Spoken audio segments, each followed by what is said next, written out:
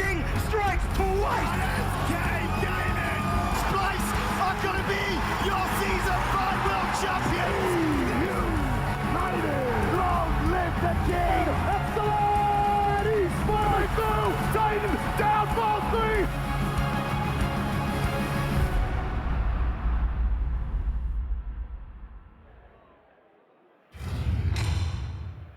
Well, hello and welcome everyone to day 2 of the SMITE World Championship here in Season 9. Of course, a lot of teams that have worked really hard, a lot of players worked really hard to get here. And yet, at the end of the day, we're still only going to have 2 moving into the finals. My name is Gormizer. On the desk with me, this is a stacked desk. I got Hurwin, I got Hazer, and I got Mifflin.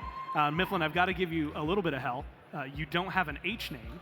Well, I mean, I didn't choose my. Well, I guess I did choose this name, didn't I? Quite literally that's on did me. choose Look, this name. I'll be Hilflin. Hilflin? Hilflin. I like it. Yeah, that's fine. If I do say that, it is absolutely a mistake. You're just miffed to me. It has been a very, very fun weekend so far. We've only done 1 day out of all of this. You know, when you look at what we've been able to see, and you know, hurry, of course, all of the quarterfinals. We just watched some of the DKO Creator Cup. We also happen to have a cosplay contest that's going to be going on today after the first semi-final. And so right now, I think if you're in chat, you're going to be voting. If you're in venue and happen to be in cosplay, I think signups might still be going. And I know there's a nice little booth out in the lobby. And so you want to make sure that you can vote as you can. And we'll talk about that in a little bit. First, I just kind of want to get your day or your feels on day number 1. Let's go maybe outside in as we look towards Mifflin. What were your thoughts on the quarterfinals? Well, first off, didn't expect just about half of it. I mean, my bracket was absolutely decimated. I mean, I had Leviathans and Kings making it to finals together. Leviathans out first. Obviously a massive upset, but the games have been incredibly competitive, maybe in spite of set count. And I think that's my primary takeaway. Even with all these going 2, it's so hard to tell which one of these teams is going to win any one of those games. It's been an absolute ride. But I'll say this, and I wasn't a believer beforehand, Tartarus Titans are kind of looking spicy. Look, sign a world stage, right? I mean, Hazer, sometimes that's all you need is the right guys at the right time. Yeah, Paul's there too. We don't forget about Worlds Paul, I guess. Sign a Worlds Paul. MVP. And they came out with this sort of, they didn't do it the same as everybody else, which I love to see. They had their own sort of style, their own draft. And we'll get to find out if teams have a little more time to look at it, what they could do about it in the second set today. Anything stand out to you, Harry, yesterday that maybe surprised you or caught you off guard? I thought the Mambo were going to last a little bit longer, too. Right? But the Bolts look pretty strong, which is good for today, because we'll get to see, hopefully, a good first match as well, lining up. And then again, like we already mentioned, I'm sure everyone's been talking about it, Titans beating the Leviathans. Yeah, that's been surprise huge for everyone. And like Hazer mentioned as well, they played a lot of the unique stuff, so which is awesome, because I'm kind of sick of seeing the same stuff. So I'm glad they brought their own style to the table. Well, if you're watching and listening to that and you're wondering, what the hell are those guys talking about? Because you weren't able to catch the games, whether it was travel, work, whatever it was yesterday. Shame on you. I've got good news for you. Well, first off, there's a VOD. You can always watch it. Admittedly, we've kind of spoiled some things for you, so that's maybe on us. But luckily, we also have a video recapping day number 1 so you can catch up. Day 1 of the SMITE World Championships is over, and what a set of games to get us started. We started out with the Kings going up against the Ravens. Ravens came in strong, getting some early leads throughout both games, but unfortunately not able to stop themselves from getting bled out by the Kings with their slow, objective-based play. So unfortunately, they ended up getting their wings clipped, and the Kings moved on to the semifinals with 2-0 under their belts. Next up was the Bolts versus Mambo, and while the first game was rather quiet, the Bolts expertly dismantled the SCC team. And in game 2, Mambo tried to take a Fire Giant dance that didn't quite work out in their favor, and led Bolts to the second semifinal slot, going up against Kings. Next up was the Dragons versus the Oni Warriors, and while it may have started quiet, it exploded after the fact, with Pagon at his first ever World Championships, solidifying his history with a quadra-kill on day 1. A fairy tale come true, but not one that came true for the Warriors, as they were taken out in a 2-0. Closing out the day, the Titans take on the Leviathans. Two teams storied in history, storied in rivalry, going back and forth throughout the entire year. But the Titans only came in with one goal: revenge.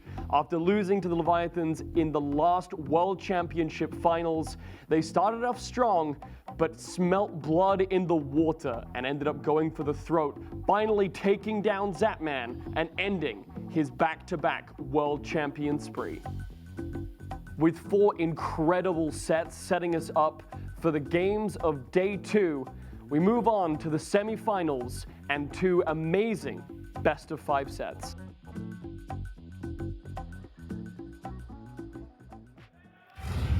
That's right, an exciting day number 1, and Mifflin, like you had touched on earlier, despite the fact that it was 2-0s, we had an electric crowd, and we had some very competitive games, something that I expect is going to continue here in day number 2. Of course, we want to know how you at home or in venue are watching. You can always tweet at us using #WorldsWithFans and potentially get featured on broadcast. Show us how you're watching. If you're not here, we want to know, or if you are here, showcase whatever it is you happen to want to. I know we saw a couple pictures with us yesterday. We saw a couple pictures just around the venue, much like Dandy tweeted out here.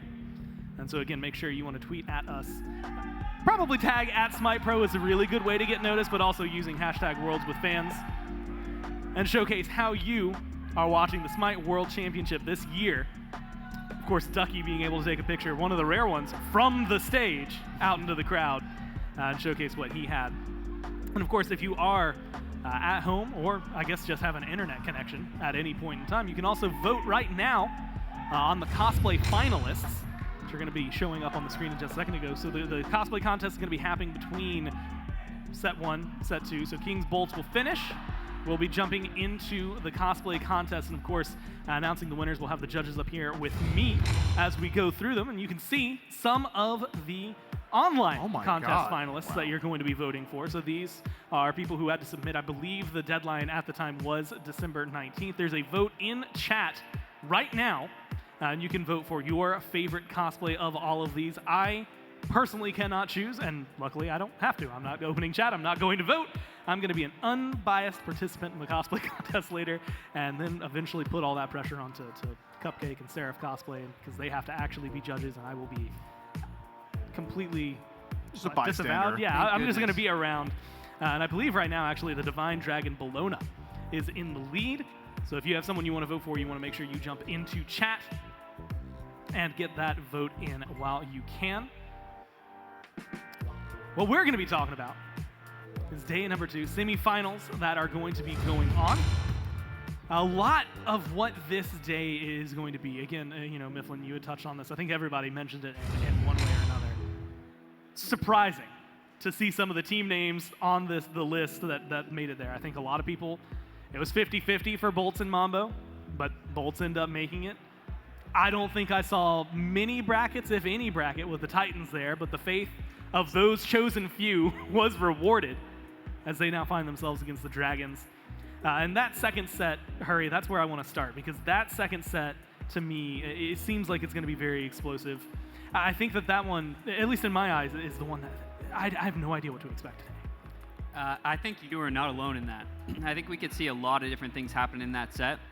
The Dragons didn't necessarily have to go deep into what they're kind of bringing to the table for this world, so I'm sure they've got plenty left in the back pocket. And same with the Titans. Sino got his same 2 picks, both those games in the Thanatos, and I'm sure he's got more ready to go for this event. So I'm really excited to see what kind of interesting stuff both these teams really have to come and play with in the second set here today. Yeah, I think being able to bring, first off, Sino's level of performance, Hazer, and have that going up against someone now like Scream. I mean, it feels like that jungle matchup is just going to be so important. Yeah, it's sensational. I love to watch these two guys go up against each other. And I think it's going to come down to depth in the end for Sino. I want to see, I think in the play-ins, we were a little disappointed with his sort of depth of picks. He was going back to that check, which again, I hope we don't see come back out. But the Thanatos is something seemingly out of nowhere. He's added. He's crushing it on the Athena. I think he'll either not get it or there will be a counter on the board for Scream. But yeah, I'm really excited to see what the Dragons have prepared to deal with that pick.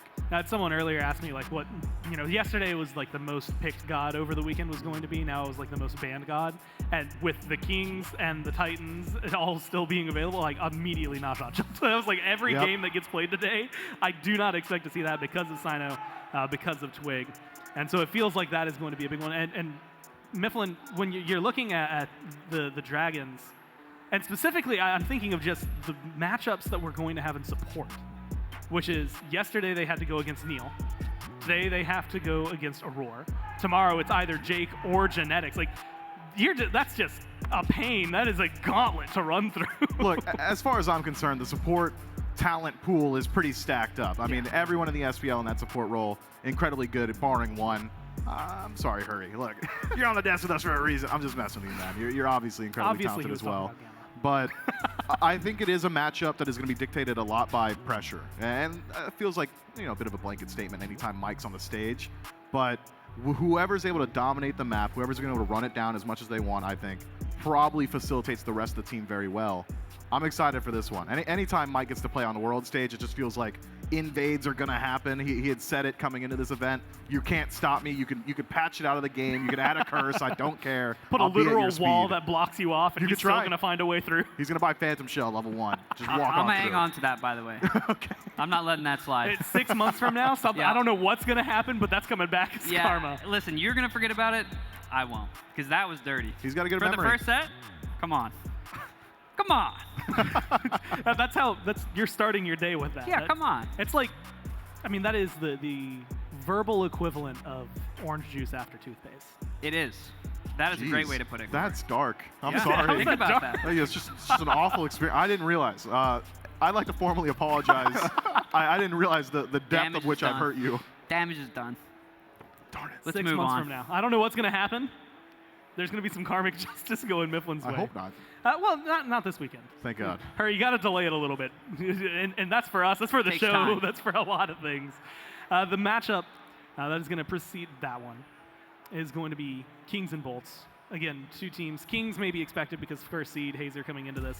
Bolts, little shaky, at least in theory, coming into this. And then we see them yesterday, and the shakiness was gone almost instantly. Yeah, they came in with a game plan, which I love to see. There was this weakness which I think people had identified in Hex Mambo, and people had tried to punish, but no one had quite gotten there. You want to punish how slow they are in the mid area. So they look to invade red, they look to invade purple, and they just put pressure on the map against sort of the slow play style, these slow mages in mid for zeros. He's double stacking on Chronos, that's something you can punish. And they went out there and did it. It was really well put together. I think Van in particular was amazing on the Chiron, and I'm interested to see if he's able to get that pick again against the Kings. And to speak to Hazer's point, when we had seen anybody else playing against Mambo, it was as if they were willing to ignore Zeros in mid. Look, we'll take the fight in the duo lane because Zeros can't rotate and he can't fight us. Why add that layer of entropy? Take the fight to Zeros in that style of play, and it makes it so difficult to defend your red buffs, to fight in your own side of the map. So I think the Bolts clearly did their homework, and I tend to agree. That was a masterful answer to a very niche style of play from the Mambo. And I think this mid lane matchup between these two teams is just a big deal, right? Yesterday we got to see BMT have some really big moments, but we also got a stellar Chiron game 1 that was like 6-0-3 at the end of it from Vin. That looked fantastic.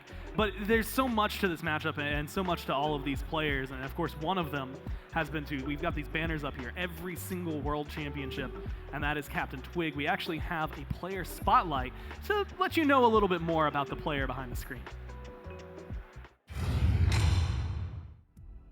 Iconic players exist all throughout the SMITE Pro League, but few are as accomplished as CaptainTwig. One back here, LASBRA is gonna pull Twig right on back in, but the damage is too much. Twig survives. Variety, he'll fall as well. Triple kill for Twig. Turn off the lights. As one of the most tenured players in the league, the 28-year-old out of the UK made a splash in 2013. One of the few players that have played multiple roles in his career, Twig had some of his breakout moments as the mid laner for SK Gaming during the launch tournament. From there, Twig moved to the jungle and has played on teams like Fnatic, Ghost Gaming, and Obey Alliance. Turn turn it around. We continue. No! Double kill! CaptainTwig, DSI! As one of the most recognizable players out of Europe, it comes as no surprise that he's been on some of the most accomplished teams in SPL history. As the only player to qualify for every single World Championship, Twig still has his eyes on raising the elusive Thor's hammer for the first time. CaptainTwig is a GOAT. It's hard to know without being on a team, but just from an outside perspective, it looks like he brings like invaluable information for draft and gameplay and macro to a team. I think every team is like, any team would be very lucky to have him, and I think he like elevates the level of play for the Kings especially. He was one of the guys that I wanted to team with when I wanted to be in the Pro League. It was him and Cherrido, and he is everything you expect him to be. He's a really goofy guy, but when it comes to game time, he's extremely serious. Ben's the perfect balance of serious and like goofy at the same time, where if something's out of line, he'll mention it, but he's always down to like troll and mess around a little bit. He's an animal, dude. Well, we have plates and napkins in the break room. We could agree. There's no need to be a degenerate. CaptainTwig is one of the players I respect the most in the league.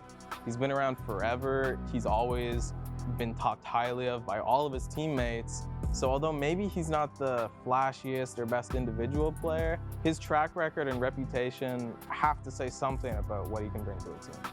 Sometimes in big games he might not always show up, but I think throughout the season he's just been a monster, to be honest. I used to not really think too highly of him even season 4, season 5 kind of days, especially with some of his builds, but I think nowadays he's only gotten better and better, and now on the Kings it seems like that team just clicks really well, and it seems like he's a very big catalyst for that team. I think Twig is a pretty solid player all around. I think he kind of gets a bit of hate or a bit of criticism from fans. I don't think it's too warranted. I think he's a pretty fantastic player. Twig is another like really weird jungle. I feel like sometimes he like hints like super hard, another time he like carry games literally. Looking to try and get out, but it's going to be Patterson the first one to fall, and Twig finds a third. Shinto could be the fourth one here for CaptainTwig, jumping over the wall. Is going to eat the axe, but I'm not sure Shinto has enough space to work with here. Twig is so fast that speed bump may just be able to find it, and there's the incense to find. I think that he's kind of a jack of all trades, kind of like Ben, but I kind of consider him kind of like a notch above in that regard, where he's the jack of all trades, but at the same time he has his own little niche as well that he does very well that not a whole lot of other people are doing. And I think he's also very good at adapting to the meta. He's a great meta innovator, and he plays when he needs to play, and he doesn't complain about it, and yeah. I mean, I think he's a really good player. You know, he's not your standard jungle style, you know? A lot of times you'll maybe check his build out and kind of have some question marks, but he can make it work. Yeah, I think the Anubis was pretty ballsy at Worlds. I think definitely some respect there for pulling on Anubis at Worlds. Twig's the perfect teammate. He's tried in scrims, he's great outside of game, he's very positive, he's honest, he likes honesty about his own plays as well, he loves feedback. He's the perfect teammate. I got no quarrels with him at all.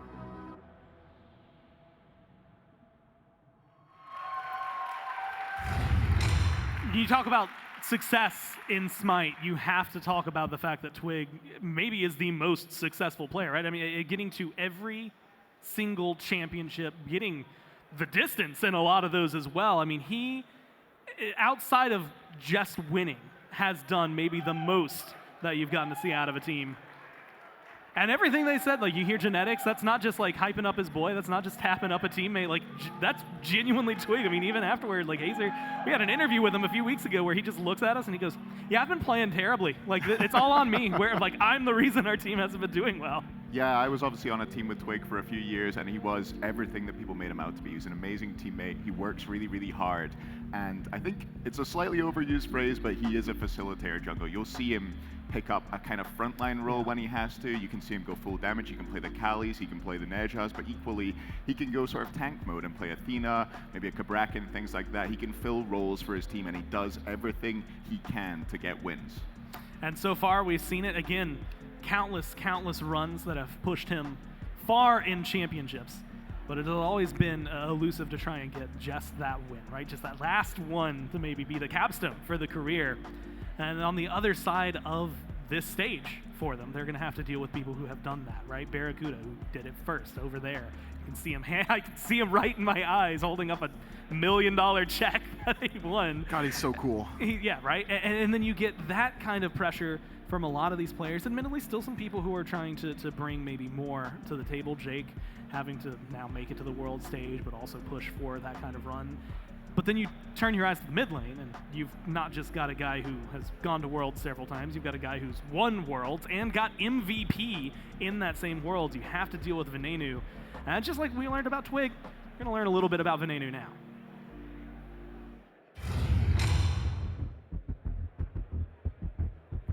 From SPL Rookie to World Championships MVP in 6 months, Brandon Venenu Casale took the league by storm. United's looking for it, but Rival trying to defend, they can't do it! And that's the game! That's the series! That is your SMITE World Championship! Say hello to your North American victors! For Venenu's first couple years of competitive play, he bounced between various minor league teams such as Risky Behavior, SPL Gatekeepers, and the 2017 Spring Gauntlet powerhouse team, Oxygen Supremacy. Venenu landed on the E-United roster mid-season 4 and went on to become a world champion MVP that same season. Talk about your experience here on the world champion stage for the first time. It's been amazing. All the fans cheering really pushes me forward, and I really love it all. Mike has helped me so much, and this team helped me grow to be the best I can, and I really do appreciate everything.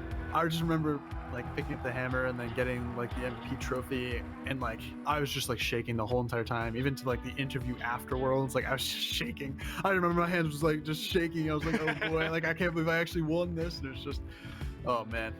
However, Venenu wouldn't find that same success in the years to come. Landing on teams with mixed successes, Venenu always showed promise in the face of adversity. In Season 7, Venenu joins the Renegades roster, made up of 3 of his 4 current teammates. With a semifinal and quarterfinal appearance the following 2 Worlds events, it felt like Venenu and his team were on the verge of a breakthrough. But now as we enter Season 9 and the 3rd year with this team, all eyes are on Venenu and the Olympus Bolts to stand above the competition. Ven, I mean, we won Worlds together. He's a great teammate. I absolutely love playing with that guy. He really loves to adapt to the meta or try new things. He's a big guy on being ahead of the meta, I guess, which can be a good or bad thing depending on how it goes. But I think Ven's a good player. I think he has his hot streaks. I think he has his cold streaks.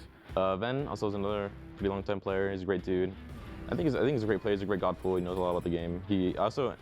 Ven also likes to theorycraft a lot outside the game, so he's always thinking about the game, thinking of starts, ways to play the game. I think he's very good, and he's just a nice dude overall.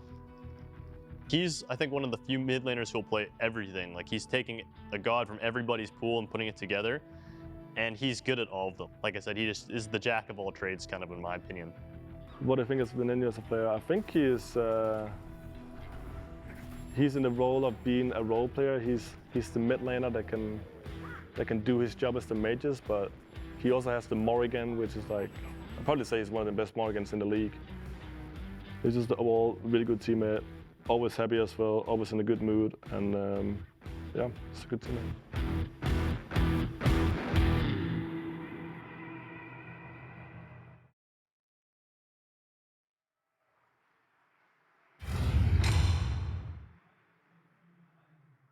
I see that video. It is very specifically the fact that depending on how this bracket shakes out, and based on Scream's notes about it, he might find himself against 3 of the guys he got a championship with. But first, he does have to make it through the Kings. So without further ado from us here at the desk, let's throw it over to the stage, throw it over to Kelly to introduce them.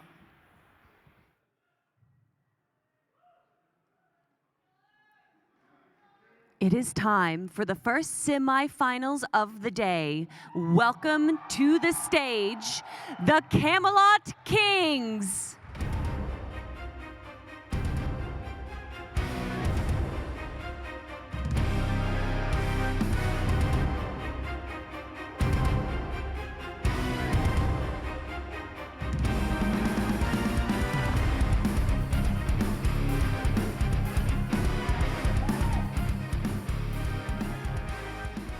And make some noise for their opponents, the Olympus Bolts.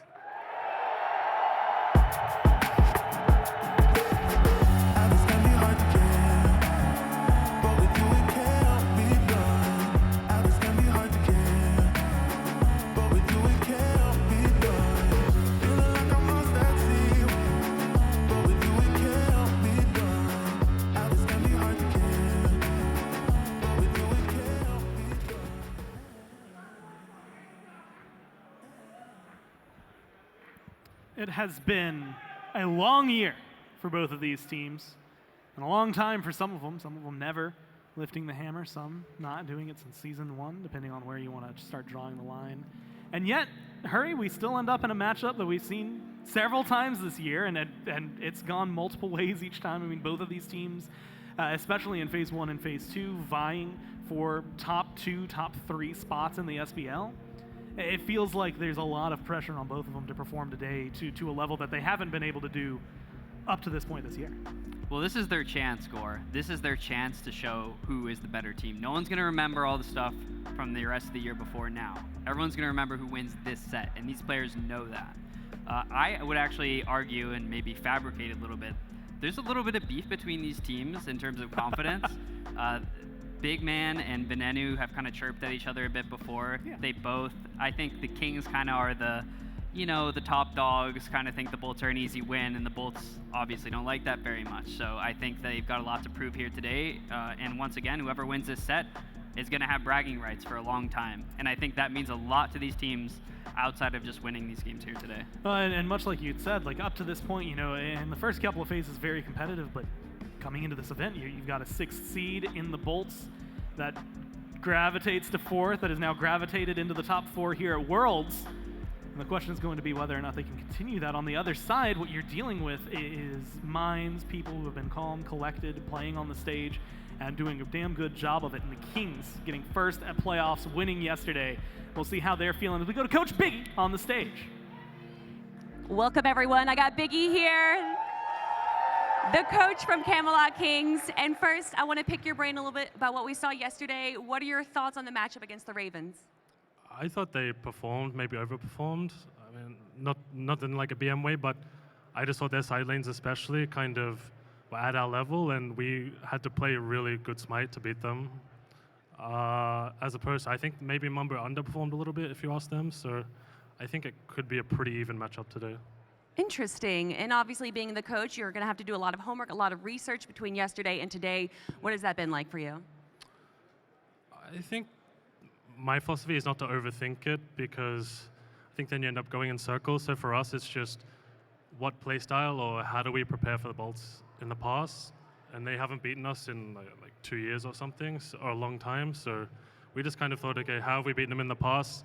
Let's go with the same idea in the draft and just play better at the end of the day, Well, even though they haven't beaten you, they are still an incredible team. Who or what do you think is the biggest concern on the Bolts? I think they're all threats. Baskin definitely popped off yesterday, but I think their identity is run through Jake and Las, and so if you want to beat the Bolts, you kind of have to beat them first. Well, we'll see if you can do that. Thank you so much, Biggie. Everyone give some noise for this guy right here. And let's head back on to the desk. Takes the words out of my mouth, Mifflin, when I was looking at the 2 points, what I wanted to talk about coming into this. And yesterday, yeah, Baskin was amazing, but it is LASBRA, who I literally just wrote down as a huge win condition for this team. We've seen countless times where sometimes 4 players won't show up, but LASBRA will drag them kicking and screaming across the finish line if it kills them. And the same thing, Jake, there are times where, and you had even mentioned this yesterday, sometimes he's just standing by the red buff on the other side and gets killed, and we're wondering why he was over there. And then sometimes you get what you saw yesterday, impeccable Ymir walls, clean play, and it feels like these two are a very, very big portion of what can win this team games. Yeah, I mean, those guys played absolutely beyond. LASBRA, of course, an incredibly consistent component of the Olympus Bolts, always playing incredibly well. When we say the Bolts look good, when LASBRA looks good, it's not, well, sometimes LASBRA looks bad. It's sometimes LASBRA's playing at 80% and sometimes he's playing at 100. That is an incredibly consistent metric for anybody in the league in any role to be able to play at that level as often as he does.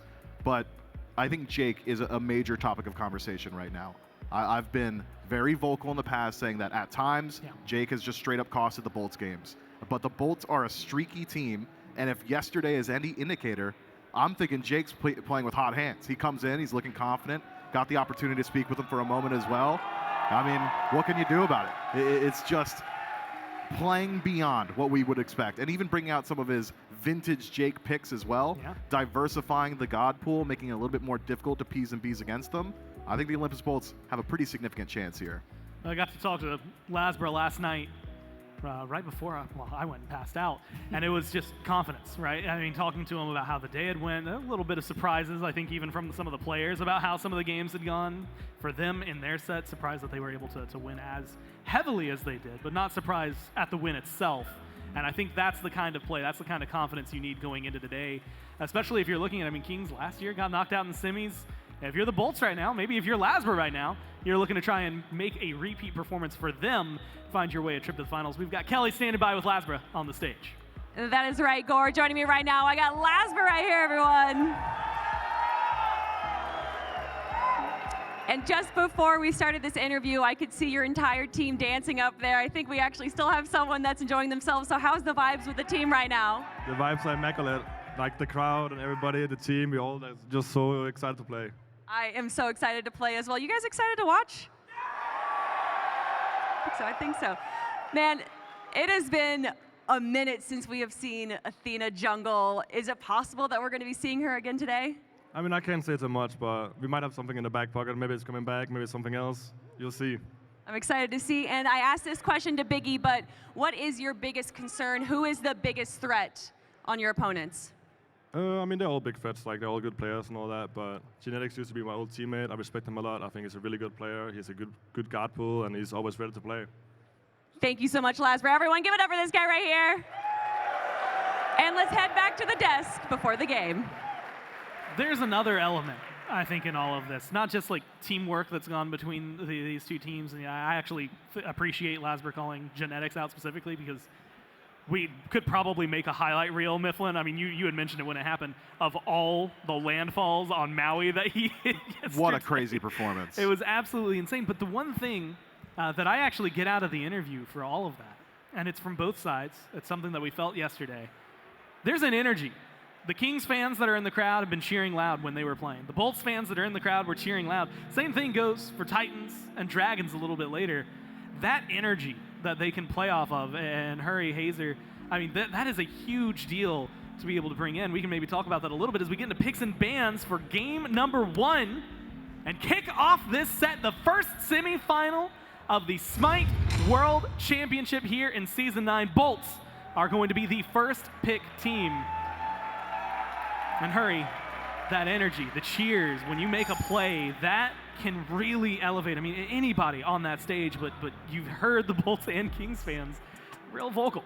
They're vocal, they're revving up. I can feel a little bit of tension. No one's really sure how this set's gonna go. I think people are saving their energy. This is gonna be a long set, I think, with these teams being as evenly matched as we think they are, and a best of 5. So I think if I'm a fan right now, I'm saving my energy. I wanna make sure that I'm ready to have my energy for those big high plays that are ultimately gonna come in this set, and that's what I get from the fans right now. Well, you hear some cheers. Hazer, I see you taking notes, and I think you know why the cheers are happening, because that is a lot of targeted bans that are coming down there. The Amaterasu, the Chiron on the other side of Ymir, and a Naja.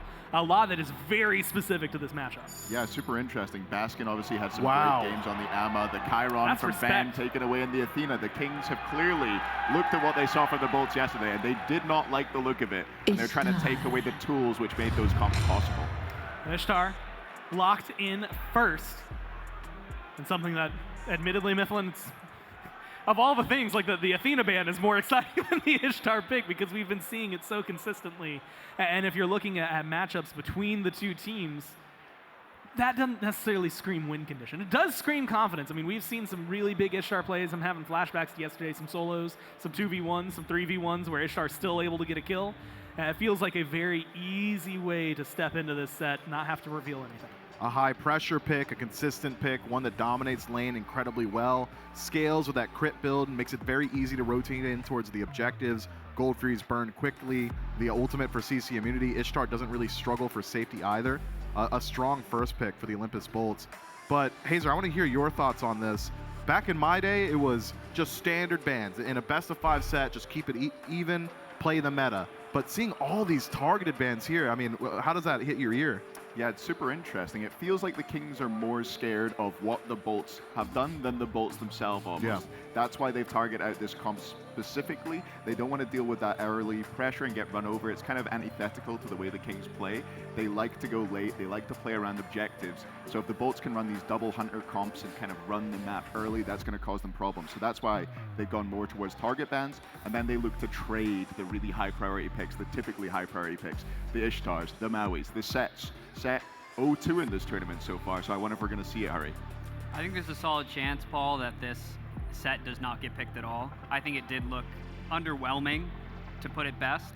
And I do think both of these teams succeed a little bit better when they play mages.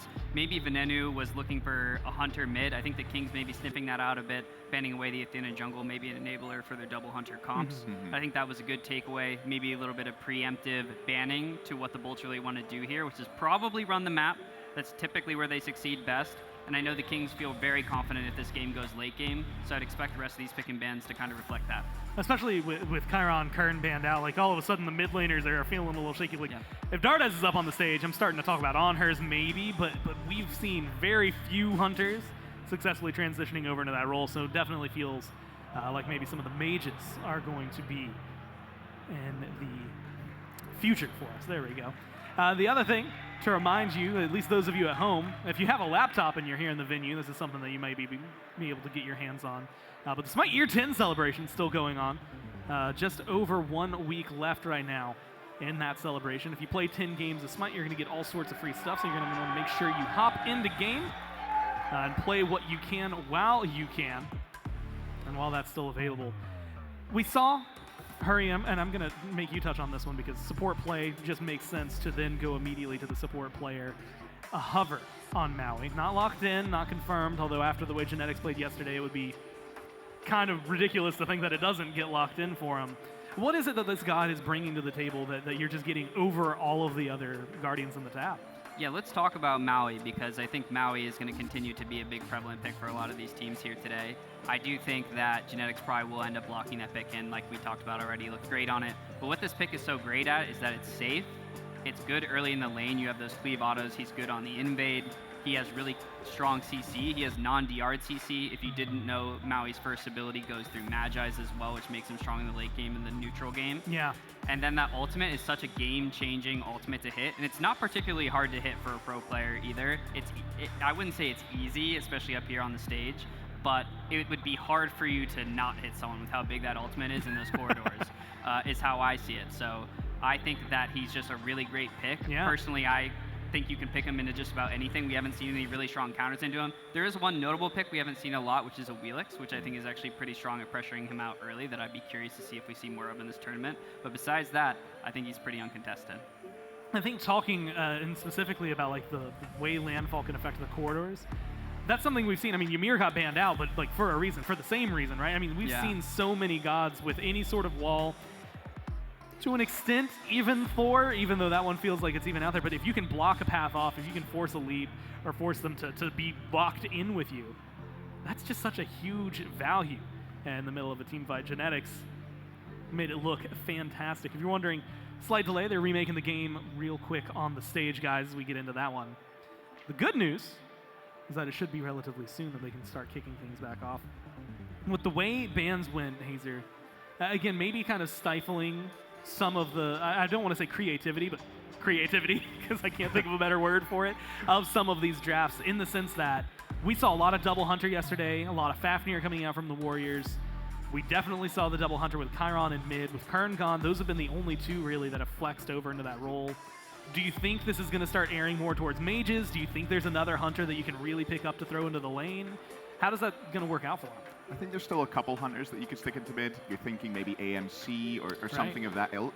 And the other thing that I think we've got to look at is we've seen the Dragons run 4 Fizz, not worrying about having magical damage at all. We saw the same out of the Warriors. As long as you have that shred in your comp, you're able to get through the protections. You've just got to get to the late game and really play solid and play around characters like Nemesis, AMC with the Stinger, and target the same person that you shredded the protections of.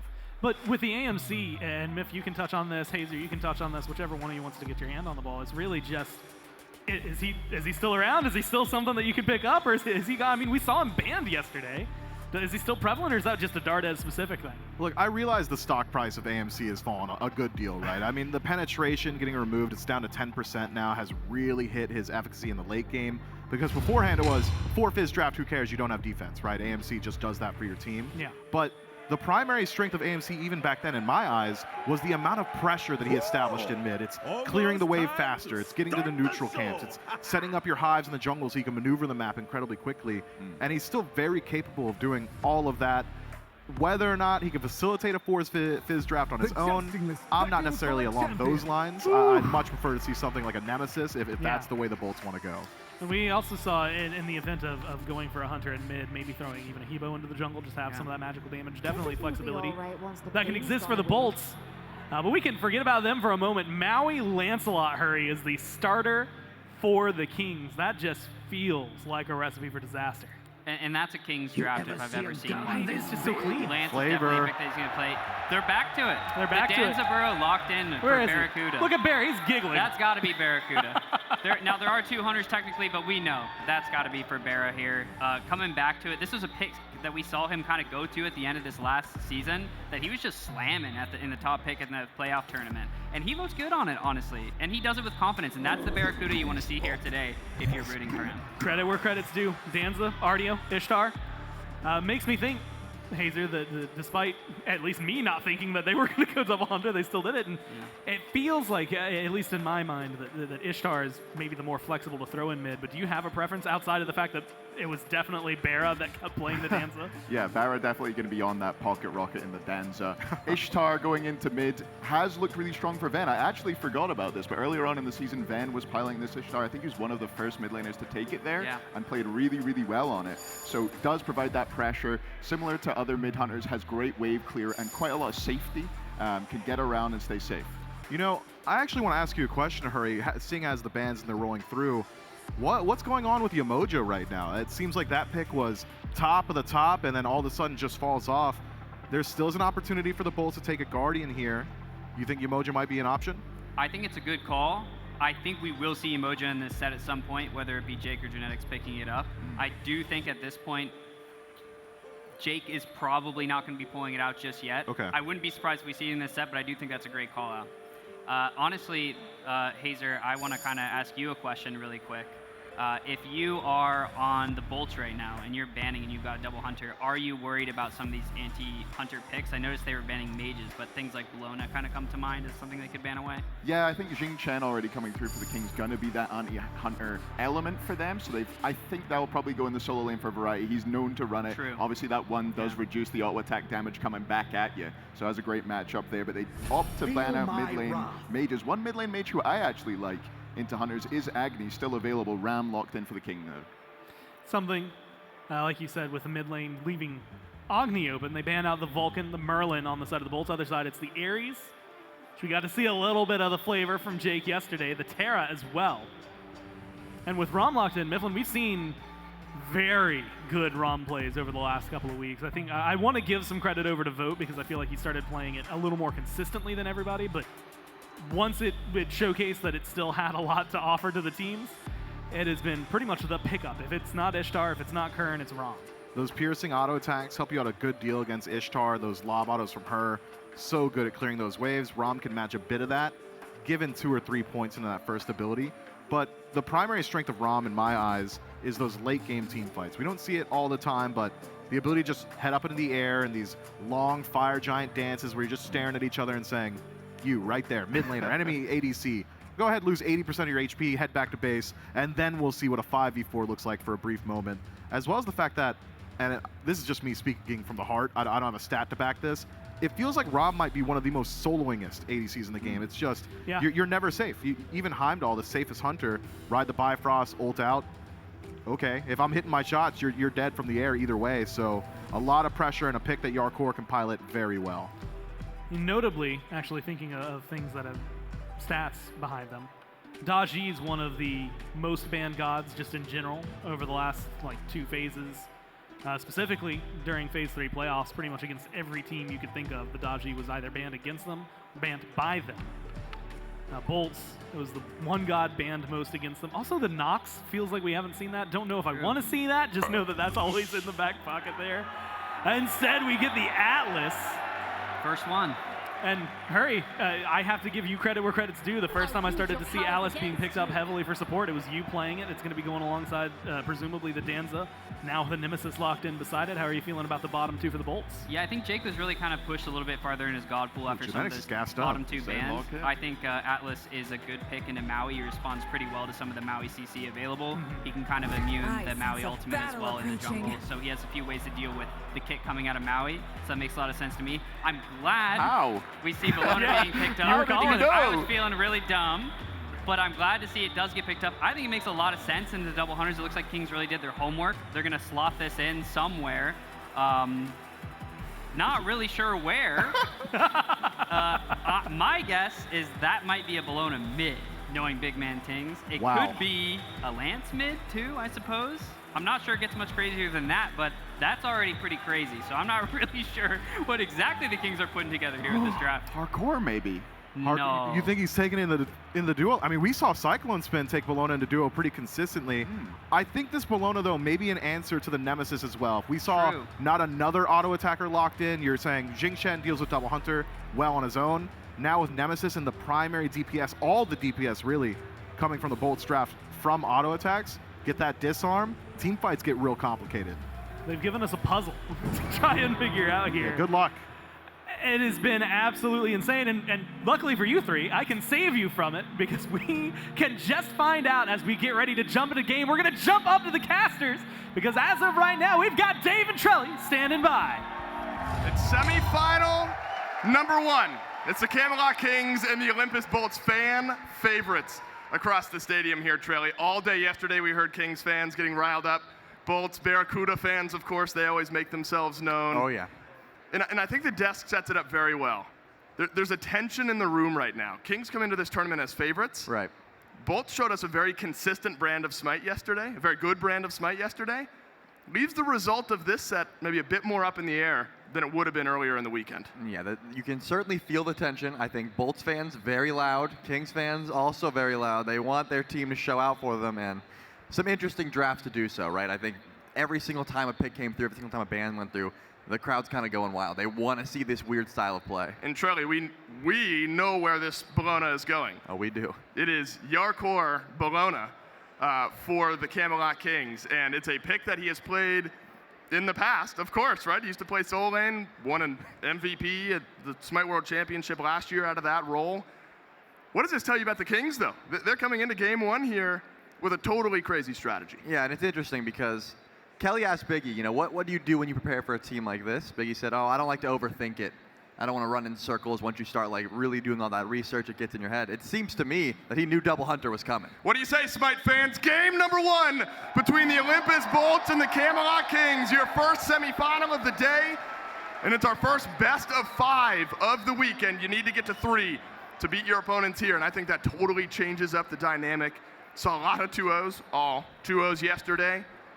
But the ebbs and flows of a best of 5 set, near unmatched. Let's talk about it, Trelly. It's BigManTingz on Rom mid. Jarcorrr, Bologna out of the duo lane alongside Genetics. Genetics obviously playing with some confidence. Yark ice cold walking out onto stage. Oh, yeah. Crazy, but an exciting look for the Kings. No doubt. I'm very curious as to how he's going to itemize this Bologna. I've seen the Bologna ADC and ranked many times. I think a lot of high-level players like to run it because it absolutely dumpsters ADCs that need a while to get online. However, you lose that bit of range damage. How can you pick that up? You put a Hunter in the mid lane, so BigManTingz on the Rama should be able to pick up some of that slack. But is Danza an ADC, you think, that can get dumpstered by a Bologna duo? It's just you have to watch your beats because there's a lot of CC coming from Danza. We'll see if Austin Jake has time. Wasn't even able to grab the minis there, so isn't going to get too much value out of that invade. At least BaRRaCCuDDa gets to solo his purple buff in the process. The lane is going to be annoying. I mean, the Bolts are going to have to back up unless they're able to interrupt that bludgeon, and in this case, they're level 1. They are not going to be able to. Well, BaRRaCCuDDa gets full XP from that purple camp. Totally makes sense, though, I think, for the Kings. Think about Genetics in the way that this Maui was played yesterday. Maybe one of the best Maui performances we've seen since the God was made available in the pro scene. And it's a player that plays with such momentum and such heart. You give him a lane where he's able just to jump in, worry-free.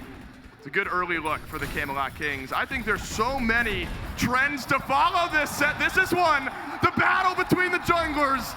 And it's CaptainTwig nearly dropping. We need to see LASBRA get active, Trelly. At least for now, he's done a bit of damage. LASBRA has that blink. You know he wants to look for it, but CaptainTwig also has the blink. They could just blink each other, and that is a bit of a waste of your early relic, so I doubt we're going to see too much aggression. Ben should be getting the better end of the trade here, but BigManTingz, he's playing aggressive. I mean, this Rama, not a pick that you expect to win lane matchups, especially in the mid lane. But when you hit those auto attacks and you can pierce through the wave and get some extra poke, it can start to work out. Awesome Jake getting real low. Slight body blocks on a Jake. Not enough auto attacks between Yark and Genetics. Need a bit more range, as we've talked about. Do you think this Kings draft, though, can end up functioning similar to a double ADC comp? Is it effectively a double ADC comp, just conditional range damage instead of perpetual range damage? It is entirely based on what Jarcorrr decides to build. If he goes Berserkers and then into Xekins, like just the regular style of Shred, then yeah, they've got 2 ADCs, just one without range. If he goes a normal solo build in the duo lane, which we've seen before, I believe Cyclone Spin used to pilot that Bellona and built it the same way, just a tank Bellona, then you're just a 4 tank cop and you have a Rama in the back line. Not to say either is bad, it's just you gotta play different play styles to make them both work. Genetics getting active in the early goings of this game, hoping for a red buff steal against Ven and Awesome Jake, but a hog used by the Atlas. Des talked about the Atlas a little bit. I'll see if Genetics can get anything done here. Purple reset. So should be easier here for BaRRaCCuDDa. Ends up getting dropped, though, by the Camelot Kings. An early invade to the Kings and their support. I mean, if you look at the player camps, Genetics was getting real hyped, even in the picks and bans. I think he's feeling himself, making a play like that. He wasn't able to outconfirm the hog on red, but because Awesome Jake wasted it, was able to steal away that purple buff. That's going to be a good start for the Bellona ADC. Jarcorrr, you should be getting a little bit more pressure in this lane.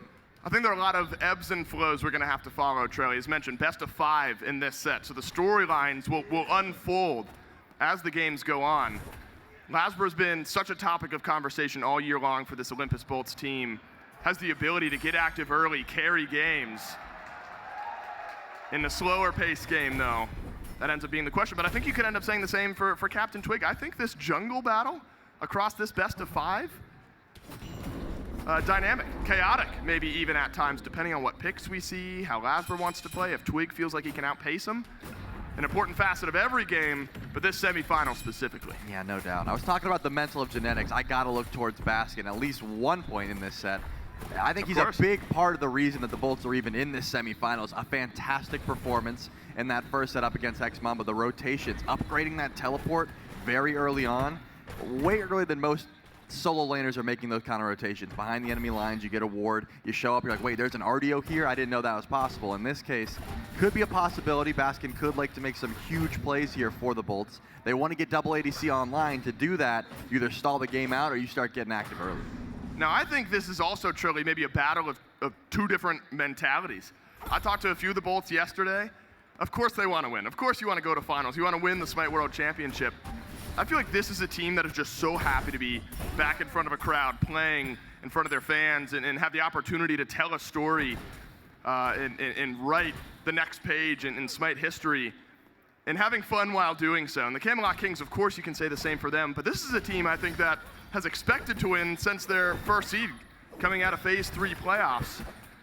And we saw some of that mentality battling last weekend, the SEC teams up against the SPL teams. I think it's a very similar mindset across those 2 different weekends. I'm excited to see how the Bolts maybe change and adapt as you maybe take some games later in this set. That's a purple buff invade. This time easier for Genetics and Yark. They simply walk forward. And they've slowed down BaRRaCCuDDa a bit. Now back-to-back purple buffs. And it's relentless from Genetics. It'll be a 1v1 for the red buff.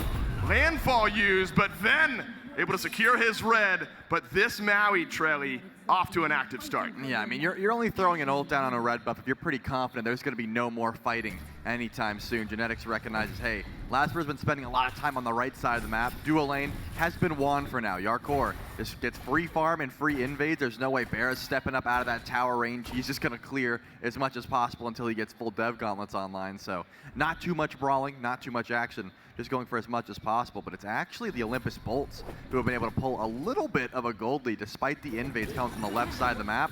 And that's off the back of some good invades from Baskin and also just quicker farming. It looks like LASBRA has ushered towards right a couple of times early in this game, help out with the Totem of Coup.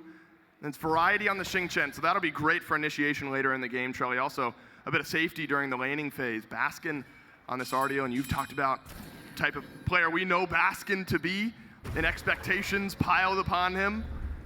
Many, aggro, refer to him as maybe the best player of all time, and that's a high mantle to hold. Ven and BigManTingz scaling similarly here in mid. Genetics leaps forward, but a back roll away from Venenu will keep him safe. LASBRA has been spending a decent bit of time here on right, Trelly, trying to stabilize this lane, keep Baskin in a safe spot. Yeah, all it takes is one use of the ultimate, and the Whirlwind of Rage and Steel goes down. Variety's got no more CC immunity. You can be chased down very easy. I mean, the slows, there's a lot of CC here between this duo lane, and also you got to consider you got magical and physical damage. Twig rotates into mid. Venenu sends out his ultimate, but he's knocked aside by CaptainTwig. Back beneath the tier 1. Ven lives. Snipes though. Can Yark hit him? Hits the first. Out of range on 2 and 3. Now a couple of escaped kills already early here in game number 1. This would be a 3rd purple buff invade in a row. It's successful once again. Awesome Jake still at level 4. Genetics at level 6. The Atlas pulled back. There's a damage there though. BaRRA autoing from the backside. It's an up down from Jarcorrr, but Jake is lit for now. The body blocks, not enough. Jarcorrr goes up and over. It's a trade back from LASBRA, but it'll be a double kill for the Bologna ADC. That was a fantastic miss, Skulalu, and look at this. It looks like Baskin does make that rotation over, and he's looking for Genetics. He doesn't have the chase down. There is a lot of chase that RDO can bring. Can they get him? Can they get Genetics? The swing is down. That cooldown going to be so important, and important to trade back, even up the kills. They've got plenty of damage, so they have the burn. Genetics drops to Venenu from the mid lane, but watch out, it's Variety from solo. Awesome Jake back from the respawn as we're brawling on the left side of the map. And it doesn't look like anything else is gonna happen here. Awesome Jake, still level 4, doesn't have access to the Gamma Ray Burst. That ultimate may have been enough to keep that chase going. Camelot Kings make out better gold, but once again, huge rotation over from Baskin. Wow, crazy gold swing there. 1,000 for the Camelot Kings. Crazy in the experience department as well. Big winner there's got to be Jarcorrr Trelly. He goes 2-0, gets a double kill over on left, picks up the Berserker shield. I know it's a glimpse, but maybe an indication of what you're looking for with this Bologna carry. Yeah, you're going to need some farm and some itemization, but the Bologna really does just bully all ADCs until later on. But look at this, CaptainTwig, he's in some big trouble. He doesn't have ult. Twig's got to dash away. He might get it back so shortly. He'll mount up, and he will ride away. An ultimate just now coming back for CaptainTwig. LASBRA still hovering, though. Blue buff potentially invaded here. CaptainTwig channeling his back. LASBRA's got the clap. The autos, the trades, but it's a grand joust away from CaptainTwig. A lot of damage could come to LASBRA here, just out of range of the Whirlwind of Rage and Steel. That's going to be a big cooldown off of Variety, but you got to go for that kill. I mean, you're on the world stage. You got to try and find that one. Clutch timer, though. You called it out. CaptainTwig's ult just came up. LASBRA thought, hey, maybe it's down for a couple more seconds. I'll sneak around, try and go for a cheeky kill. And once again, BaRRaCCuDDa loses that purple buff. What is that, 4, 5 in a row that BaRRaCCuDDa has not been able to pick up on left? So it's double kill for Yark, and like 4 or 5 purple buffs in a row that end up getting stolen away. Genetics will leave before the red buff gets dropped. So at least Fen has been able to get these reds. This time, I believe, misses out on a good bit of the XP and the gold, but at least able to pick up the buff. This Maui's made a big difference. Now, Jake was behind in experience, is now caught back up on this Atlas. Picks up Sovereignty, maybe an opportunity to get a bit more active. Yeah, certainly could be the call. Once again, though, LASBRA hovering around the right side of the map. Remember, Variety used that ultimate, but looks like sniffed out CaptainTwig and realizes probably don't want to dive this one anymore. A lot of movement, a lot of dive potential on the side of the Camelot King, so that's going to be a retreat. Possibly the Scorpion could be looked at, and Vents make the rotation over as well. Twig 3/4 of the way to his ult again, and so a decent cooldown there. Jake has found a slight initiation onto Genetics, but the solar swing puts him right back in the midst The Pyromancer variety drops a kill, but what is that from Ven? And a ridiculous ultimate from the Ishtar out of mid. A double root though from variety. Gives it right back to the Camelot Kings. Then on the back pedal, Yark on the killing spree. And the Kings have arrived in game one. That's a huge rotation in from Jarcorrr, the 3-0 below to BaRRaCCuDDa. He's just trotting his way to lane. He was not able to use that rocket any sort of way. And that Gold Fury, the Camelot Kings have eyes on. They're going to make the full rotation over. Wow. And it's just going to be Bear. There's no way he wants to step up to 4 Camelot Kings. What a difference Yark has made here in game number one. It is going to be a rotation through from Jake, but he doesn't have his ultimate to steal it away. You're going to have to send it through. And Jake will not get it. It's the Camelot Kings on the Gold Fury and a big lead in game one. Yeah, that was about as close as you can get. Not a lot of damage built in to Awesome Jake's kit so far with the Sovereignty. Good pull in, but not going to be enough to steal that one away. And the Camelot Kings are playing their game. I mean, they're finding the initiation when they can, followed off of genetics, big landfalls. Awesome Jake, more often than not, has been the first target in some of these scraps. He's so immobile once that dash is down. If that kinetic charge hits someone or you can block it out, very immobile at Atlas. First one to fall. 5-3 by that gold. The Camelot Kings want to keep it climbing. I'm wondering if that fight over by Pyro somehow goes worse for the Bolts. Ven, crazy ultimate out of the Ishtar, but variety, a great initiation there as well. A lot of ebb and flow in these team fights where there's initiations, counter initiations so far. CaptainTwig, one of his signature picks in the Lancelot here, Trelly. All 5 kills affected by Twig out of the jungle. A big question coming in to this semifinal is what type of game does Twig play? I called his name at the wrong time. He's got to ult away, but then also uses the ult out of mid. I think if you're a Bolts fan, you're happy that they're relentless, though, trying to apply some pressure to the Kings. I like this aggression from the Olympus Bolts. That is usually the call. Get the ult down, and then LASBRA finds him in the jungle, looks for a possible solo kill. Variety actually did use the Whirlwind of Rage and Steel to throw Baskin under the tower. Must have been but just get a little bit of damage. I mean, that's going to be a big cooldown down. LASBRA's been sitting on the right side of the map and trying to find aggression towards Variety. If he does look for an opportunity, Twig and Variety don't have access to those ultimates. He's sticking around here, but because Baskin left, no real fight just yet. You have to imagine you're looking towards one of these members without ults, though. Awesome Jake has died a couple of times here in this game. There it is. LASBRA has found Twig, who does not have the Grand Joust. Van out of mid. And one more over to the Olympus Bolts, and it's simple. But a landfall, it hits again from the Camelot Kings, and Genetics picks up right where he left off yesterday. Snipes, though, from Yark. Who do they hit? It's Jake for now. Yark from Duo. BigManTingz on the snipes. Pokes down a bit of damage. Baskin on this RDO may separate the fight. Yeah, that looks like a full retreat here from the Bolts, but that Pyromancer already caught. Not going to be the option for anyone else. Looks like Ben, he still wasn't liking this fight. He's going to chase. He's jolting in. He's dashing forward, but he's caught the ultimate from Variety. Where's BaRRaCCuDDa? Where's BaRRaCCuDDa from the left side? The rocket's been ridden in, and suddenly the Bolts pushing back. And it looks like the Bolts want this chase. Baskin still going in for BigManTingz. Isn't going to be able to find anything else, and the Bolts are going to tie up this game 5-5, and they're going to get out. And finally, BaRRaCCuDDa is able to ride that rocket into a fight.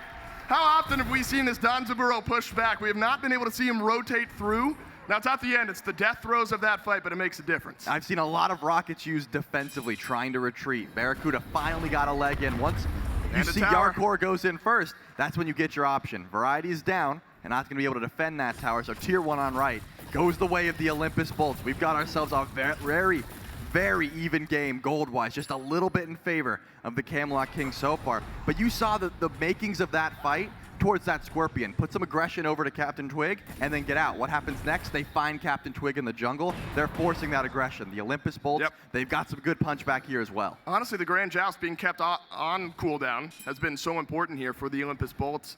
It's limited what Twig has been able to do. Now, Yark has been such an X factor as well in these last couple of fights, and still no purple buff is safe. Jake able to secure this one. Finally, BaRRaCCuDDa is going to be able to rotate through, pick up one of his purple buffs. And the brawl that is starting to build here, Trelly, not only between the junglers, but between the AD carries.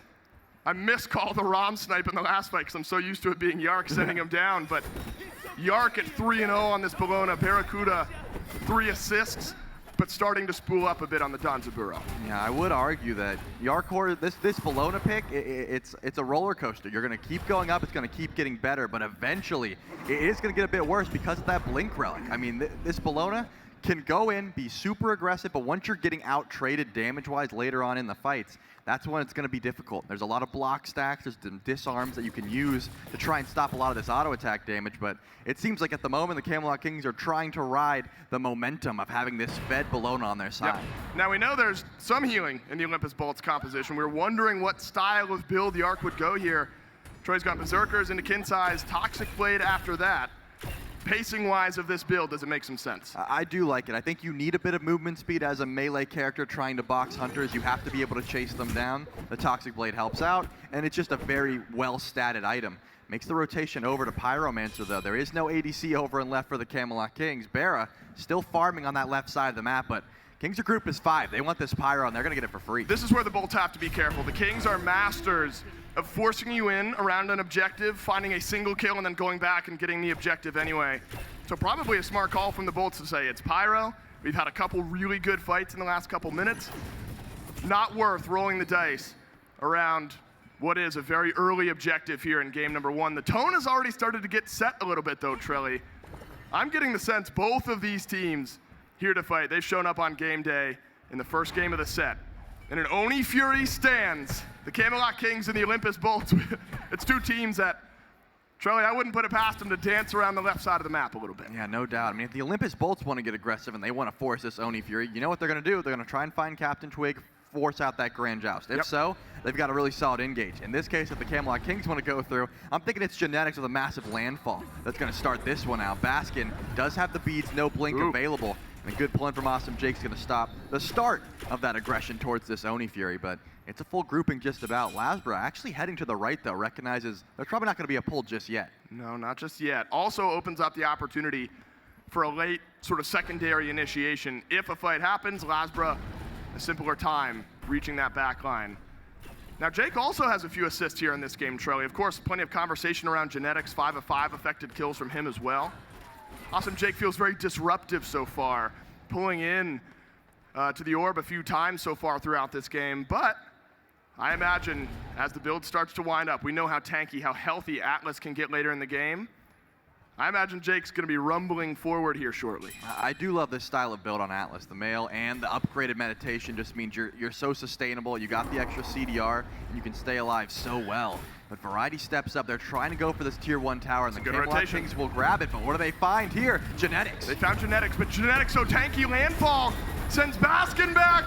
Good ult out of Venenu. Forces the solar swing out of this Maui. Lead back in, though, from Yark. He's gone back in. But so has Variety, who's found Venenu in a double send back.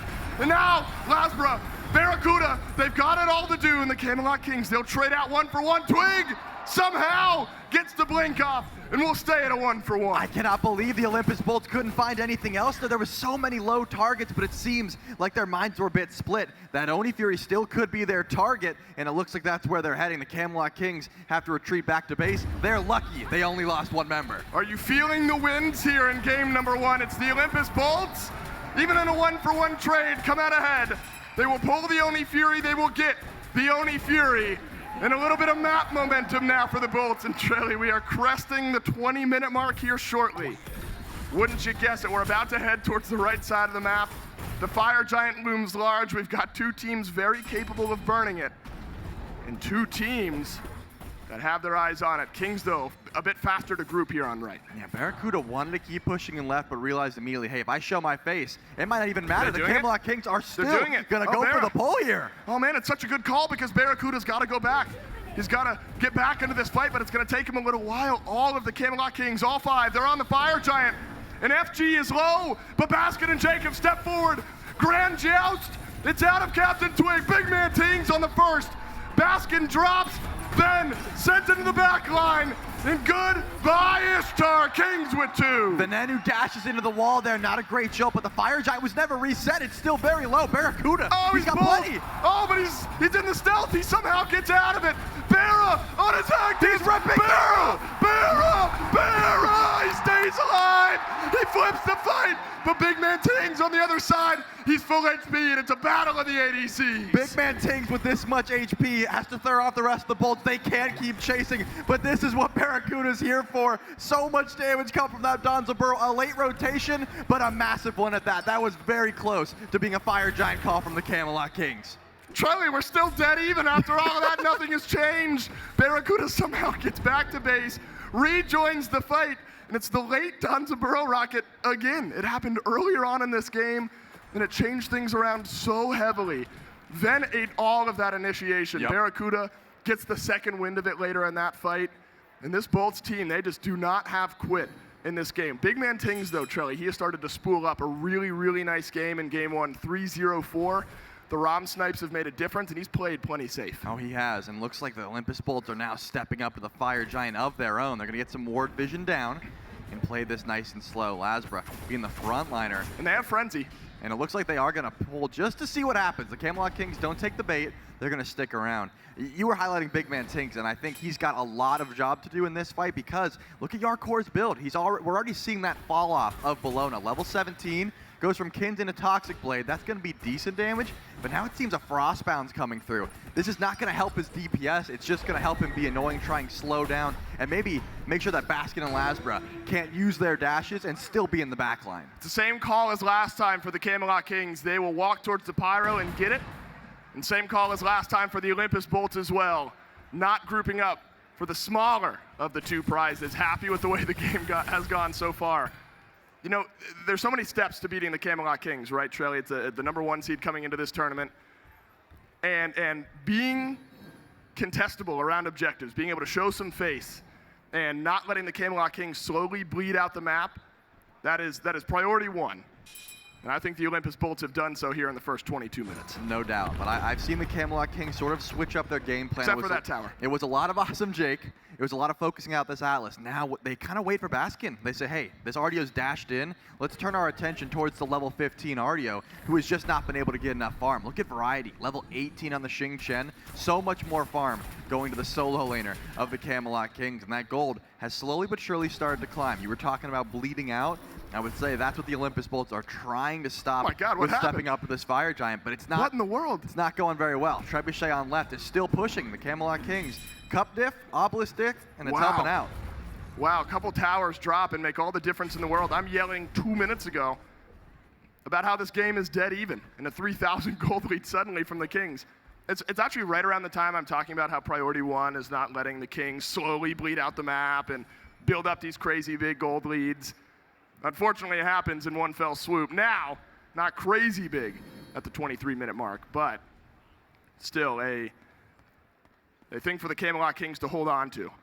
As once again, we will march towards this FG. Initiation-wise, have you seen what you've expected to see from both of these teams? Are there any adaptations you feel like need to be made prior to the next FG fight? It's just not easy for the Olympus Bolts to be the first ones in these engagements unless they're forcing out key ultimates, right? The Camelot Kings have very linear engage. They're saying, hey, we've got a skyward axe slam from Variety. If he roots someone in place, we're going to force out that escape, landfall him back in, we get the beads down, we do it again. Now, the Olympus Bolts are forced to get aggressive. They are forced to step up because look at this fire giant. It's being pulled. But is this a bait from the Camelot Kings? Or is it a bait onto Variety, who's got the Whirlwind of Rage and Steel? It's on to Awesome Jake. He'll get his ult off, but that's it. And a Grand Joust through from CaptainTwig. Good damage has been traded back. Bolts may be ahead in the HP department. Landfall onto BaRRaCCuDDa, but he'll scurry away this time. And that's going to be it for now. The Camelot Kings, as you said, looking a little bit worse for wear. They don't want to pull this just yet. They have plenty of time. 23 seconds. They've got the HP 5 from the Mystical Alua as well. Genetics is going to make sure to keep them nice and healthy while they wait to see if CaptainTwig can make it back into this fight. Then the Fire Giant pull will start again. Only one ultimate left on the Bolts, and it's BaRRaCCuDDa. Wow, Ben always going to get jumped on here by Jarcorrr, but Jarcorrr, he's got 2 ADCs on him. Gone. Venenu, he's flipped the kill. Jarcorr has done too much. There's a rocket from BaRRaCCuDDa. But BaRRaCCuDDa, has he now done too much? He's got help from LASBRA. Down from the heavens is BigManTingz. He's still alive! BaRRa's still alive! Cernunnos, he does it! One more! Oh my God, Variety finally he drops Variety's the gone. top to Burrow, but Variety, he will get out thanks to genetics. There is magic in the air for these Olympus Bolts, and they'll win a 3-for-2 trade. Baskin sieging forward, though. He has the route if he can find it. It looks like the chase is going to be stopped once again. That raccoon lived way too long. There's no way that BaRRa's got the hot steps Listen to like the crowd. that. Listen to this. Listen to the crowd. They're feeling it. They want your Season 1 world champion to make his way back to the grand finals. BaRRaCCuDDa has made it happen a few times here in this set. These Rockets have been undeniable. It's the second win in the fight, what you're talking about, where BaRRa's been able to use it after some of the initiation of the Kings has already been put onto the map. And even though both carries die from the Bolts Trelly, it's a 3-for-2 trade in favor of the Olympus Bolts. Now, the gold lead did not get any better over the course of that team fight. In fact, simply stabilizes. Maybe 100 gold or so swing up for the Bolts. But it does not feel like a team that's playing 3,000 gold behind. It does not, and I don't think it's getting better for the Camelot Kings. You saw Jarcorrr go to the back line. Where was the damage? He's still building into more tank stats. Frostbound, now into a Mantle of Discord or a Spirit Robe. This Bologna is not going to hit any harder. He hit Critical Mask 3 items in. He's just trying to live and be annoying at this point. Don't get me wrong, BigManTingz is doing plenty of damage. It looks like the Camelot Kings don't even need it. They just need to keep this Rama alive, and if the Olympus Bolts have it their way, he's not going to be able to get back up into the sky again. Ven and BigManTingz have been trading heavyweight swings so far in Game 1, both on top of the damage charts, separated by 50 damage, something like that. What a battle the mid lane has been so far. Gold Fury, that'll be nice for the Camelot Kings, but is there an immediate grouping from the... They're going to get a sound cue here in a moment, and all of the Bolts are on the right side of the map right now. It's Yark and Twig who are going to get the Gold Fury, but the Bolts not quick enough. Would have been really, really fast. Bolts would have had to operate, unable to do so. And so a clean Fury to the objective-minded Kings. Yeah, it seems like that's going to be free. We've been looking at enhanced Fire Giant territory here soon, Dave. I mean, 3 minutes and some change, and it will be enhanced. And it doesn't look like anyone's going for an immediate pull, as the Camelot Kings are grouping up towards the right side of the map once again. Upgraded starter items start to be the topic of conversation. Level 20, something so key for these carries to start to hit. CaptainTwig just ticks over to that level 20. Everyone on the side of the Camelot Kings, except for genetics, has been able to reach that number. Whereas you're still looking for Baskin to upgrade that starter item, still looking for Venenu to upgrade that starter item. That means DPS-wise, still, the Bolts might be lacking, but they just keep taking these fights, and it seems like as long as they're not the ones to engage, they have no problem finding picks. It's such a weird scenario where the fights have been going to the Bolts, but all the gold after the fact still bleeding there for the Camelot Kings into their favor. And so is the positioning around the Fire Giant. Ward coverage aplenty for both teams. Same with Fire Giant burn. Camelot Kings will get it down to half. These are the moments where positioning has to be perfect. You're 28 minutes into the game. If one of you drops, there is enough burn. You got to figure the other team will end up completing the objective. Variety, he wants Jake, but Jake will scurry away. So some initiation now missing from the Camelot Kings. Watch out, it's a gank from LASBRA around the backside. He's been spotted out. And on the other side of the FG pit, he'll go landfall. That's a big ult. Oh, it's on to 2. And on go the Camelot Kings. On goes Jarcorrr. It's a killing spree for Variety. And no more magic in this one for Ven. BaRRaCCuDDa's got to back away. And a pause in game number 1. Unbelievable. On a massive fight from the Camelot Kings. CaptainTwig so low, just like BaRRaCCuDDa last time around, this time was not able to do too much. What a beautiful landfall in and so much follow-up. Lancelot goes massive. Maui goes massive in that team fight. They absolutely pop off, and now it's just BaRRa and LASBRA trying to keep this Fire Giant hope alive. It is not going to be easy.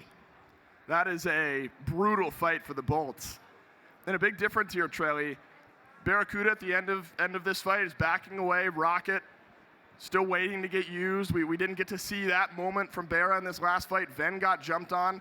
And it felt like a matter of time, didn't it, where genetics had hit some good landfall so far this game? Oh, yeah. Felt like we were waiting for the big one, right? And that one lands on both tanks, half HP on one of them. And then how about the dog pile from the Camelot Kings after that? Yeah, it just seems like the plan is clear. You saw Variety try to go for that Whirlwind of Rage and Steel on Awesome Jake. It misses. Genetics says, okay, I'll do it myself. Pulls him in Uh-oh, Baskin was also grouped up. Now we have both tanks served up on the dinner plate, and here comes CaptainTwig. The joust comes through. It was a full grouping of all that damage that the Camelot Kings have, and it becomes much more difficult to win a team fight when both of your tanks have just been served up by genetics. We'll be getting back into game one here shortly, and it's a game where it's had to be magic. It's a word I've used a few times already in game one. I feel like there's going to be a lot of it throughout this best of 5. However, on the other side, it's the ever objective and cool, calm, collected Kings that were slowly building up that lead, regardless of a lopsided fight that was not in their favor. The Kings are still able to build up the gold lead, and they've maybe got a little more fight back in them. LASBRA rooted beneath the tier 2, and BaRRaCCuDDa will provide coverage. His jungler will get out, but the tier 2, it'll crumble against BigManTingz. They're going to let the Trebuchet do the last bit, but they're not heading for that Fire Giant. It looks like they want to try and go for that mid-Phoenix, and they're hard to do so. Dashing in. They don't have many time. Yeah, 18 seconds. They've got plenty of time to grab this.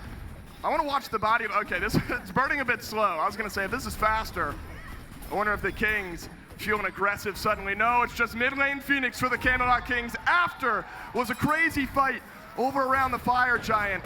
And it's all born out of genetics, right? Massive landfall, Eagles rally in, grand joust through that. Seems like, and I think this is what you've been talking about, if any of that misses, you don't have that sudden dog pile. And the Kings will double back for the Fire Giant, 15 seconds away from being enhanced. They're gonna burn it faster than that. Will they hold it? Baskin's in behind. Baskin might walk in, he won't.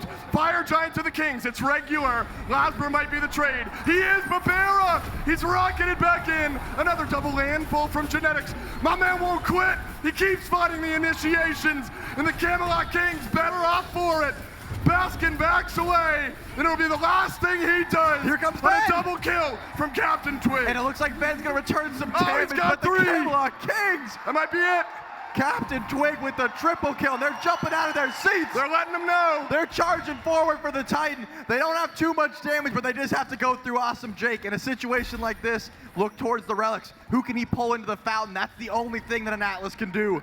It's the only hope for the Olympus Bolts as the magic of game 1 worn off. Awesome Jake has got a lot to do here. He sold for damage. It's a lot for Jarcorrr to do as well. Jake sold his items for a little bit of extra damage. It's 15 seconds away on the respawns for BaRRaCCuDDa. Jake sent to the wayside. Oh, they're giving it up. They're giving it up. The Camelot Kings will not end this game.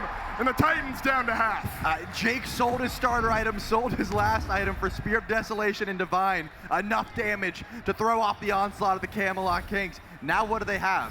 Regular Fire Giant on 3 members and a mid-Phoenix down. That's not terrible, but it's definitely not an EFG on 5. The Olympus Bolts hold out for the time being, but look at the gold lead in favor of the Camelot Kings. It's still relevant. We're not full build yet. LASBRA still working on some itemization. Awesome Jake just put himself pretty deep in the hole while selling his tank stats. That's right. And now he's stuck as a damage Atlas. Right, you can't undo that. Now you've got a Divine Ruin chilling in your build, which we have seen built on Atlas in the past, and I think you said Spear of Desolation as well. He sold for the Awesome starter Jake. for it. We got a sovereignty, and we're chilling, is what Awesome Jake is thinking. Olympus Bolts trailer, are you in a territory now where you've got to do something like this? Do you need to make a play against the Camelot Kings? It does seem like that's what they need, and they are feeling it. Can they just prot-tread someone who's Genetics walking know? up? He's Genetics, eyeing that wall. I don't know if he knows, Oh, but he it does. looks like he's He well does. aware. Oh He's my going to land God. over the wall. Oh my God, from Genetics, he run it perfectly. But the Olympus Bolts have got damage on the back end. No, they don't. It's Jarcorrr who rules this lane. The Camelot Kings, they'll drop another. BaRRaCCuDDa to the wayside. Baskin follows suit.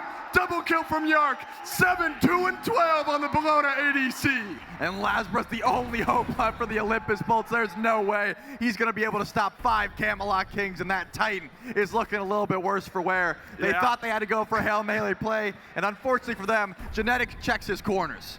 Man, there's damage on LASBRA at least, but the Camelot Kings got more. And it's the Camelot Kings with first blood in the semifinals. What a back and forth brawl. Look at them getting hyped. They know how many Bolts fans are in this stadium, and they want to let them know they're trying to put the Bolts down. They want their trip to the finals. Trelly, we've got a long set to go. Oh, we I do. get the feeling. If you're the Olympus Bolts, I think there's got to be some happiness coming out of game 1. Of course you lose, you're sad, right? But You held the Kings in check for so much of that game. You made team fights happen for so much of that game. Now, if you're the Kings, this is the type of win where, of course, you're happy that you've won, but you realize maybe some mistakes later on in that game to be cleaned up. But again, it's kind of the ice-cold Kings team that we've so often talked about. Yep. Razor-thin margins later in that game. The smart call to back away from the Titan, knowing that you'll be able to win it in just a couple minutes. Listen, we've been hyping up Baskin a lot, but I think if the Olympus Bolts are looking to make some changes, BaRRaCCuDDa on the world stage looked like he was ready to pop up. I might tell LASBRA, hey, you can look for some ganks on the right side of the map, but maybe we look towards dual lane a little bit because he's feeling pretty hot as well. Those rockets were insane. Also, Jarcorrr on the Bologna ADC, I was worried there was going to be some fall off, and I think it did slow down a bit. Right. Once those engages from Maui started coming through those massive landfalls, it seemed like he was opened up. I'm thinking, BaRRaCCuDDa, what, lost 4 or 5 straight purple buffs? Yep. I mean, deficit right out of the gate in that laning phase. So you're right, maybe some emphasis over towards left. But this Olympus Bolts team all year long, they dealt with adversity, and so I expect some fight back later on. Now, this is such an important game, too, that's about to be coming up, because the Camelot Kings, they build up momentum. They're feeling themselves live here on the main stage. You go down 0-2 against the Camelot Kings, you're rewriting SMITE history, right, to make a moment like that happen. Yep. And a very, very important game, too, for the Olympus Bolts coming up next.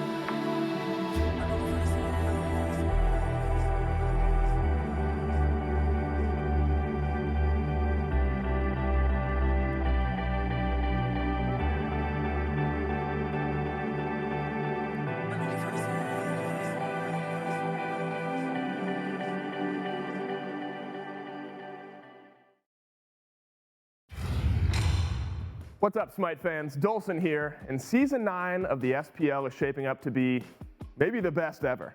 And to help us get there, we're partnering with Alienware to provide us, our players, the production team, with state-of-the-art gear to make this year one of the best yet. But don't take my word for it. Let's hear what the pros have to say.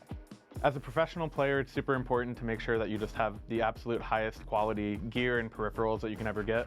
And having an Alienware PC has completely upped our game here at the SPL. It's really nice being able to play from the same PC from home into the studio, and I highly, highly recommend it. It feels great to play on. So I really enjoyed using Alienware computers because, one, I'm a streamer, content is my job, and the power of the Alienware PCs is like amazing. It's perfect for everything that we need to do.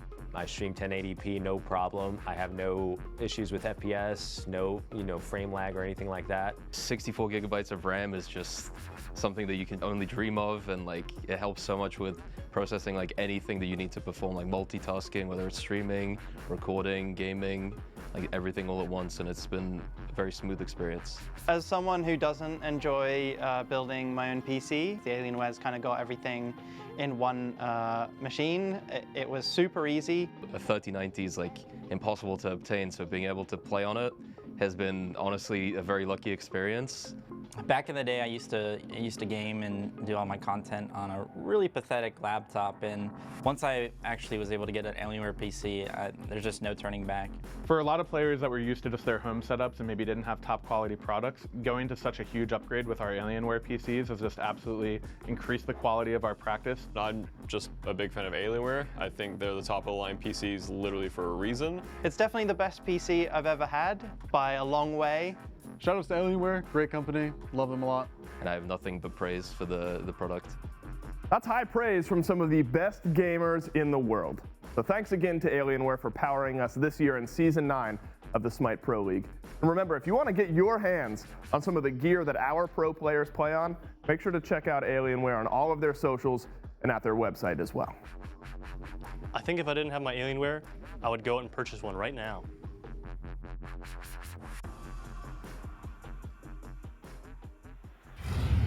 Well, in my mind, there were 3 winners that set. The Kings on the stage, the Kings fans here in the crowd.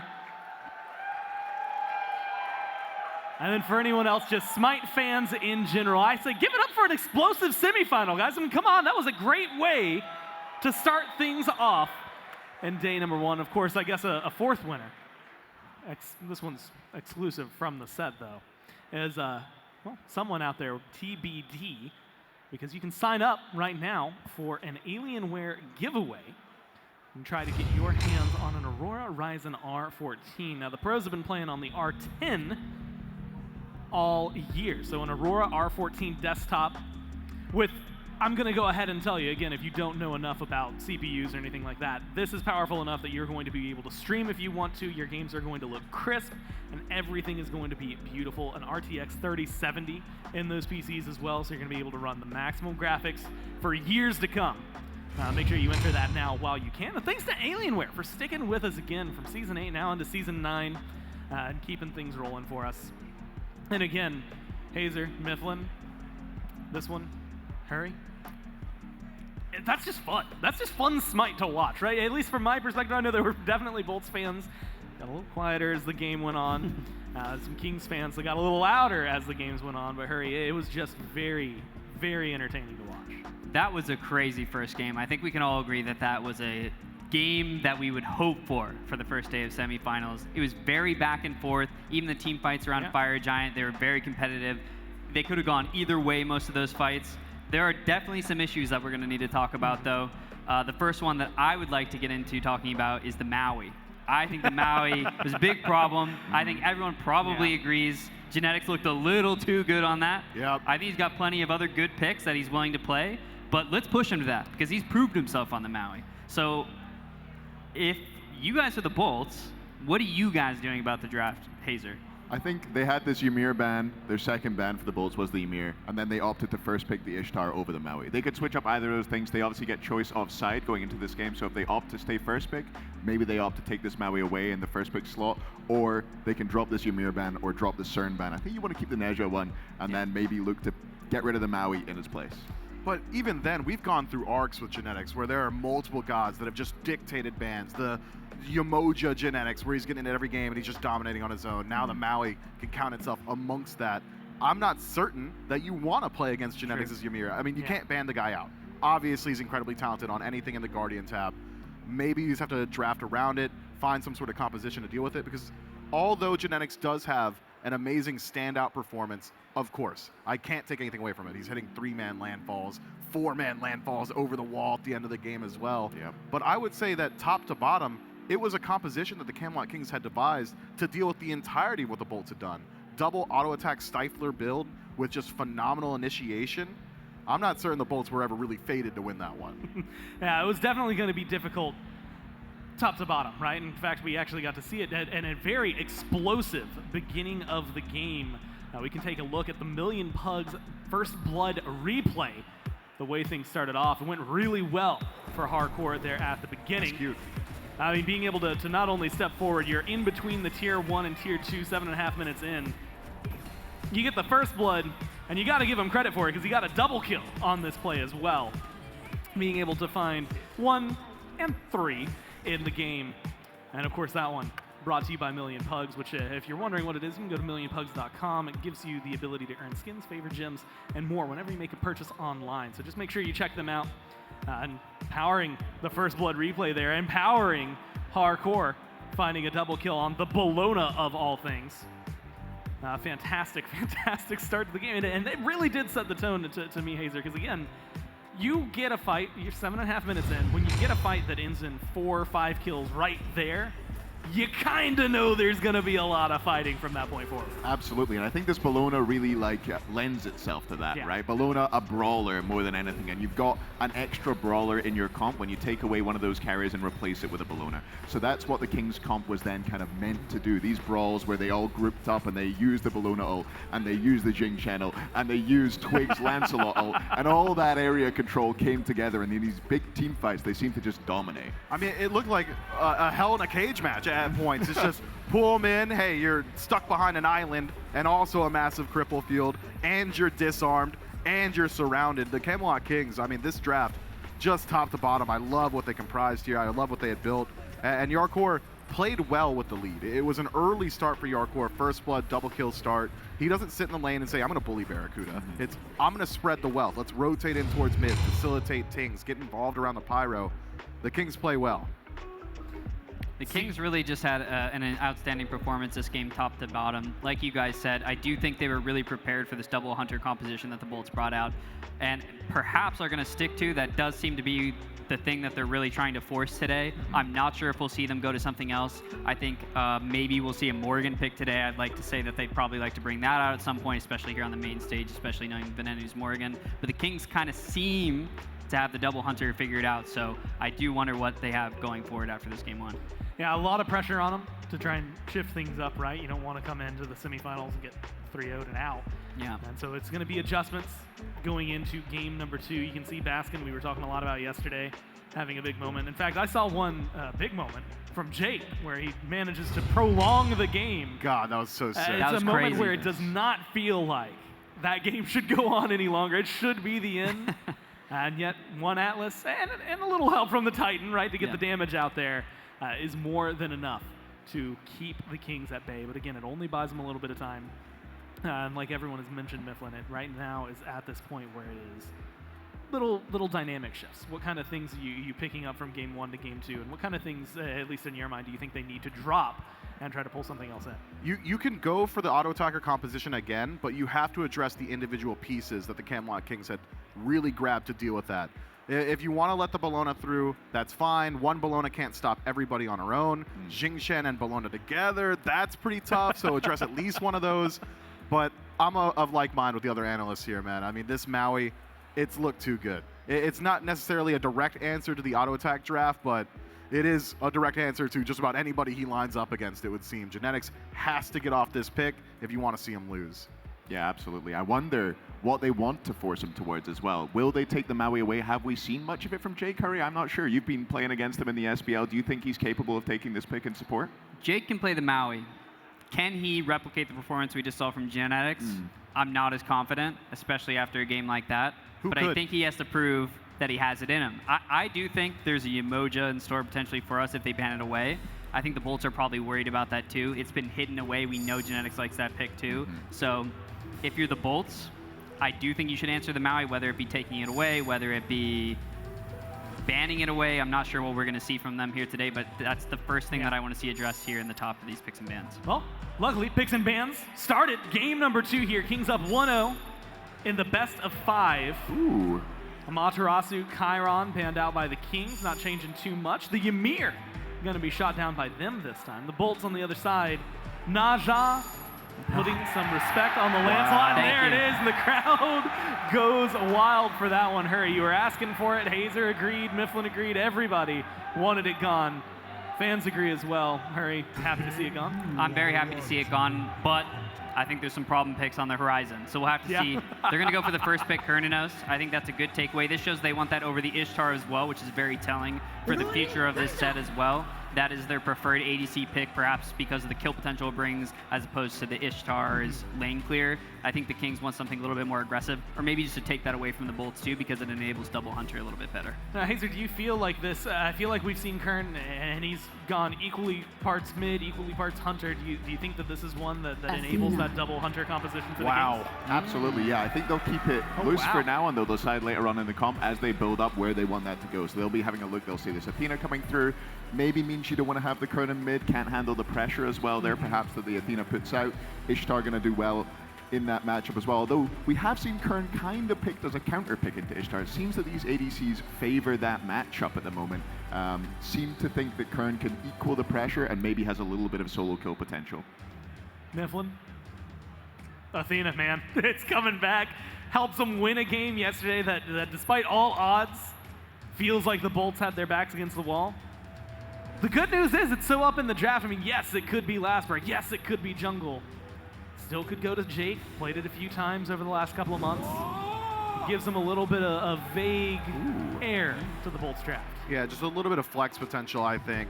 Not only support, not only jungle. I think we could even see it in the soul lane. Been a little while since Baskin has piloted that one, but if it is going to be a damage output Athena, it's a lot of burst, but it requires scaling. And when you look at the other side, I think it's fair to say this Hebo is probably headed for the jungle. Yeah. So let's compare apples to apples if it is Athena jungle. Hebo scales faster and harder. That's a very dangerous thought. I mean, Hebo at level 5 just has massive damage output, but can't match the rotation. Athena will be in every single engagement given the opportunity, regardless of where she starts. Yeah, to me, that Merlin says maybe this Athena might not be jungle as well. That's what that's telling me, because for me, the Athena jungle for the Bolts usually means that's what's enabling their double Hunter composition. Yeah. So now that we see this Merlin locked in, maybe that means this might be an Athena support and they're throwing the Kings perhaps for a bit of a loop. On the other side, I want to point out that Genetics really likes this Khepri with double Hunter compositions, which makes perfect sense now with the Hebo locked in too. I think they're all but guaranteed to go for that, Hazer. Yeah, absolutely. The Hebo for Twig, he picked it up once yesterday and looked really, really strong on it. He did go in that game for a bit of a breastplate build, and he seemed just utterly unkillable. Adapting on the Susanna was going up against him, and just the Typhoons were coming through and they seemed to do no damage. So maybe that's why the Bolts have swiveled from this double Hunter comp. They don't want to go so heavy on the physical damage and have this Hebo pick up a breastplate and be nigh unkillable. Yeah, but when we saw the Hebo pick up breastplate, it was followed, or rather, first it was Book of Thaw. So you're the double dipping on the passive there, getting a little bit of additional mana, really boosting that survivability and allowing you to dive a bit further into that back line. And if that's the case, we saw a slower pace from CaptainTwig. It was, I'll hang out in the back, I'll make sure that BigManTingz isn't getting dove, but now with the Khepri as that added line of safety, Scarab's Blessing allows Crushing Wave to start moving forward in these fights, and you've got great targets for it. If Hebo's allowed to run amok in the back line up against Ishtar or Merlin, neither one of those is going to win the DPS race. The bans coming through in the second wave, Ram and the Mulan getting banned out by the Bolts, recognizing maybe a bit of a pattern that the Kings have been bringing. On the other side, the Guan Yu. We actually got to see the Titans run yesterday, and the Ares once again, which has been something that Jake has loved. A very interesting Ares ban, though, because, Hurry, like you said, with the Merlin lock-in, it feels like Athena jungle doesn't quite click as well and could maybe go into support.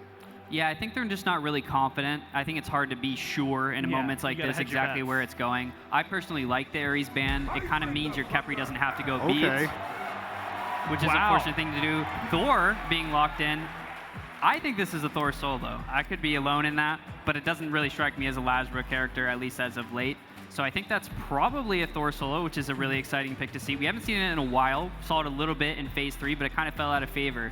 It is a character that I think Baskin is very comfortable on. I've seen him play a lot of hours of this character, and I'd love to see it up here on the main stage, especially paired with a global like Athena too.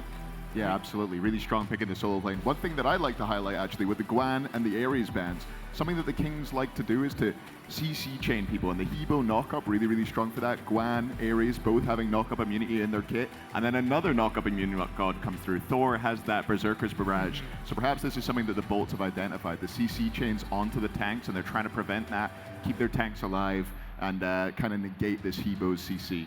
Well, I have to give the credit more than anything for everybody that's just sitting here in Venue, because we've been talking like for months about favorite gods to listen to when it's in the stadium. Thor is just super high up on that list because of the big base in those abilities. And now locked in alongside it, to further some of these points, Khepri, the Athena, both being treating the Bolts and the Kings well, respectively. A physical. Ravana and Set. So we were thinking physical, we were thinking maybe double Hunter hurry, and instead we got the double Assassin. Yeah, not quite the Hunter, but an Assassin. We haven't seen that in mid. And a What is going Cabrakan on? last pick. There's a lot happening on both of these drafts, honestly. The Cabrakan, we saw it from the Titans the other day, and we saw a lot of success that they had with it.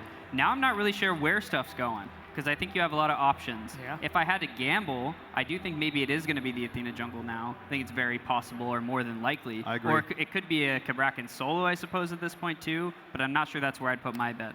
Well, if Athena's going into the jungle, where do you think you throw the Thor? That's a great question. I mean, I think it could be Thor solo and Cabrakan support. Good point. I I think that's how it could honestly go. forgot that we've seen Thor solo. That's on me. They have a lot of options, but that's good because the Kings can't know exactly where everything's going, at least not right away, so that could throw them for a bit of a loop, not really exactly sure where they want everyone to go. The Ravana may not get the matchup he was expecting as well, which I think could be a nod for the Bolts, maybe gives Baskin an advantage over there in the solo lane. Absolutely. It's been musical chairs. As far as these gods go, could land anywhere on the team, very aggressive play in game number 1, and it feels like we are set up for even more aggressive play here in game number 2. So without further ado, we're gonna jump right into it. We're going up to the casters as the set continues. Charlie, I'll be selfish here for a moment. I've been begging for weeks, for months, to see a Thor live here at the SMITE World Championships. We will get one. It'll be Baskin playing Thor out of the solo lane, LASBRA on the Athena jungle. So we've got global, semi-global. We've got pressure from the Olympus Bolts. Yeah, wherever the Camelot Kings want to put that pressure, they're going to have to watch out, because very quickly there could be a Thor coming from up top and an Olympus, defender of Olympus coming through as well. A lot of different split fights could be happening here, and I think the Olympus Bolts are going to let that play to their favor. Now the Camelot Kings, they've got a crazy draft themselves as well. They've got a Ravana solo lane. They're bringing Hebo out of the jungle, a Set mid.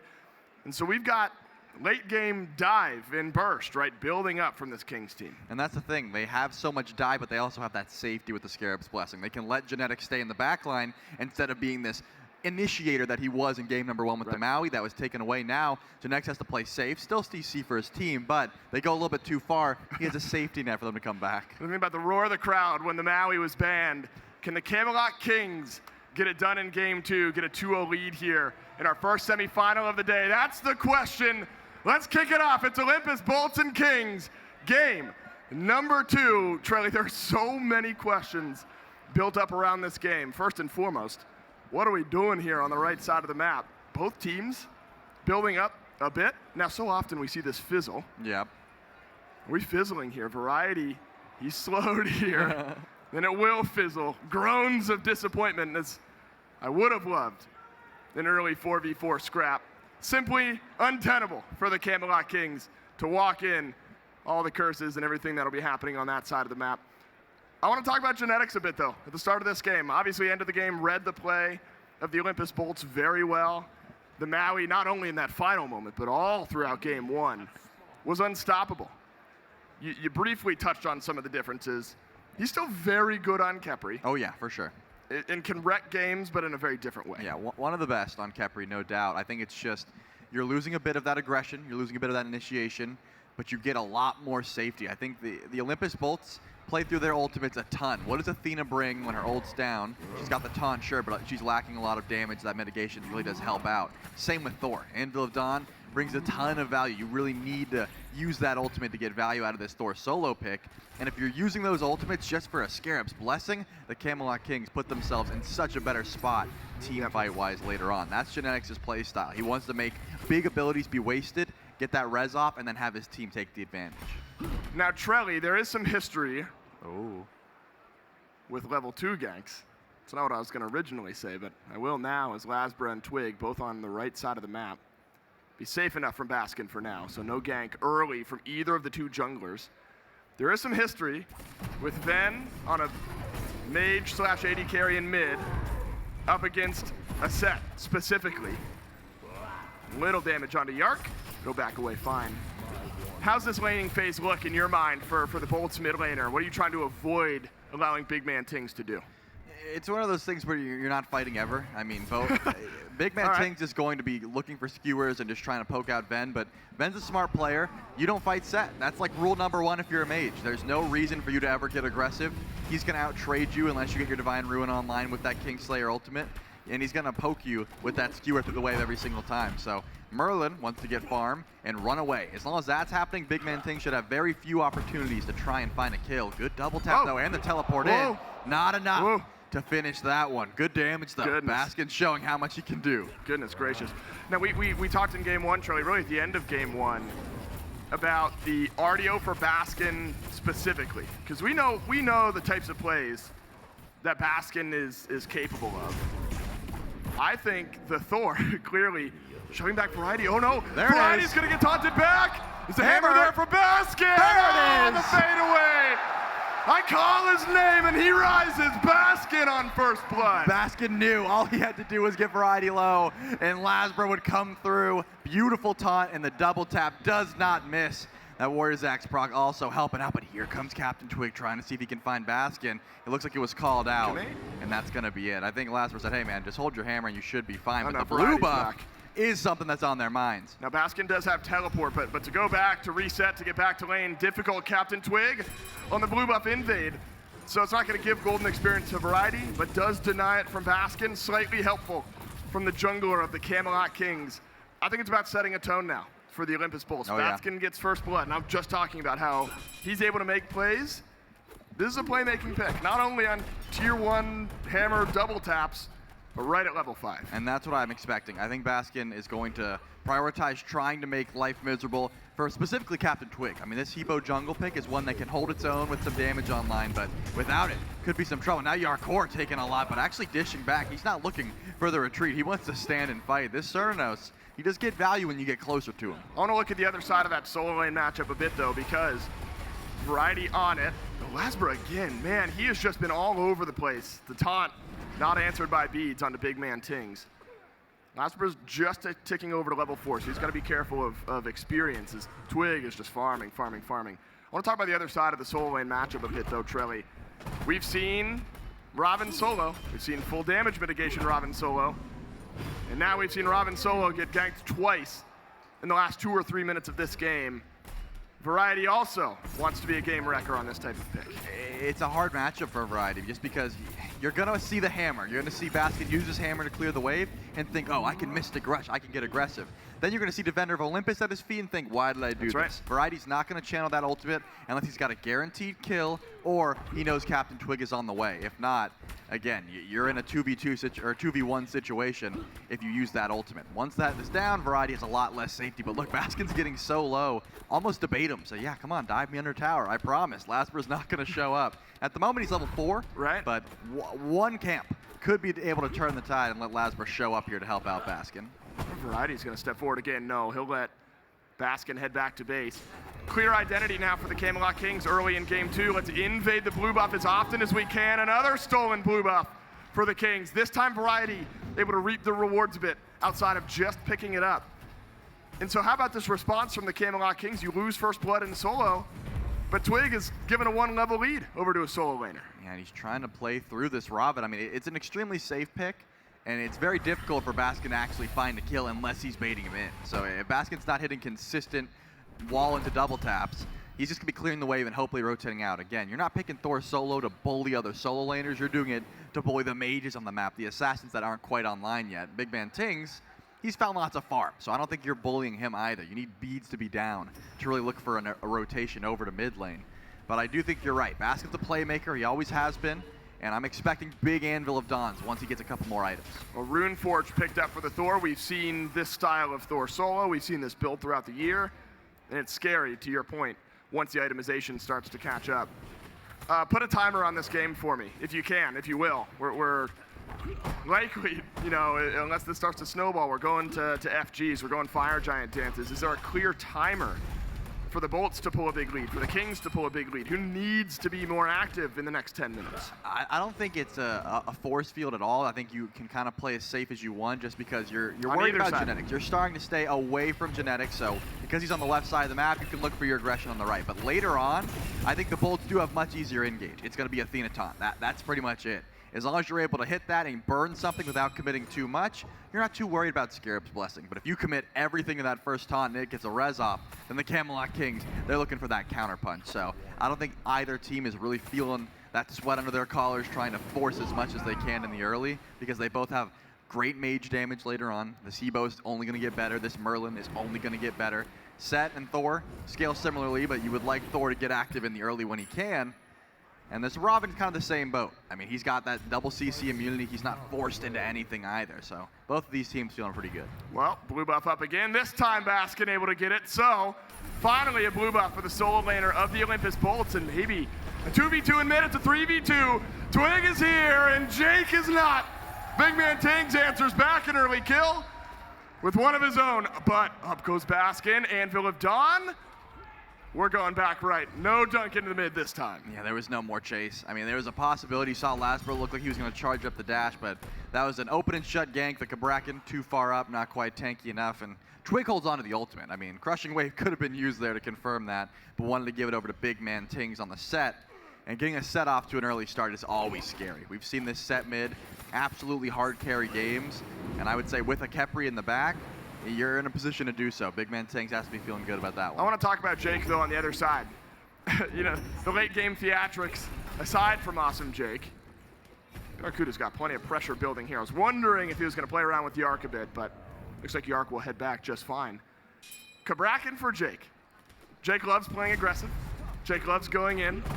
Does this feel like a style of pick that can do it easier, worse? Compare it to the Atlas for me. I mean, when you're ahead, Cabrakan is one of the most aggressive Guardians in the game. At the moment, though, Jake has another issue, I would say, and that is that he is almost always the first one to get picked in any single team fight if the Camelot Kings won him. We saw it last game with the Atlas, genetics targeted him out. This is the same kind of play style. The Cabrakan, without like a blink or a beads, can be the target of that aggression. So from behind as he is, he needs to get some more itemization online, needs to be backed up by more damage. Awesome Jake cannot play aggressive unless they have the man advantage, unless it's a 2v1 or a 3v2. I think Variety thrilled with the way the laning phase after the double tap went, because he has now pulled a few blue buffs. He's got constant pressure building up over Baskin. And Variety is timing these engages so well. He trades out with Baskin, forces Baskin back, right when the blue buff is respawning. And the Camelot Kings, again, right on time. Blue buff picked up. And Variety's gone back, or Baskin rather's gone back, had to teleport back to lane, and a constant 1-level lead built up.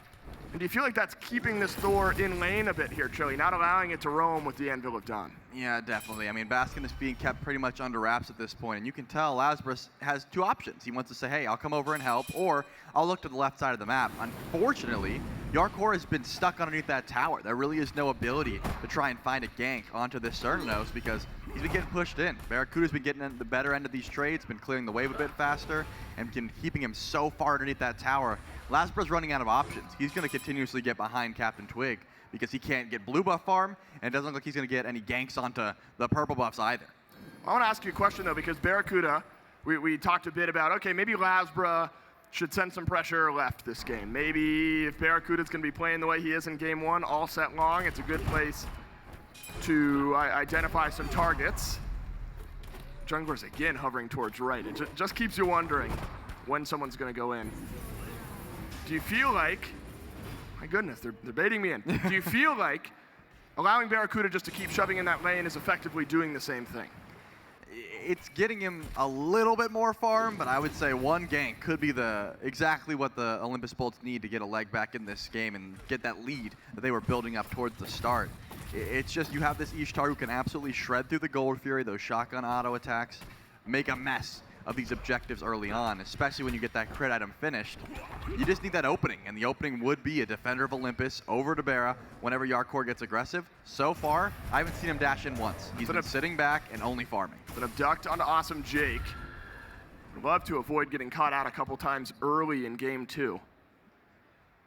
Again, the game, remember the Bolts made a lot of conscious decisions in game 1, or especially around the Pyromancers. Yark technically ganked by Jake this time while a little fight brews in mid.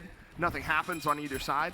Remember in game 1 though, Trelly, the Bolts made very active decisions to just let the Pyros go. They drew the line in the sand around the Fury, but said, Kings, if you want the Pyro, we're fine with it. We don't want to drop a team fight, and it seemed to pay off. Do you feel like you have to pay a similar respect here in game 2? Yeah, I mean, I would love to see some objective pulls, but at this point, they're really feeling each other out. You still have a massive lead on BigManTingz from the first blood. He's gonna be able to look real aggressive. And the set, I don't see any answers for it just yet. There has been a Divine Ruin, but more often than not, it's been Awesome Jake getting picked out. And it looks like, once again, trying to find some damage onto the Cabrakan. But at least Venenu's here to help some of that peel. Yeah, Ven's got a little damage for BigManTingz, but Jake loses half of his HP. He's got to back away.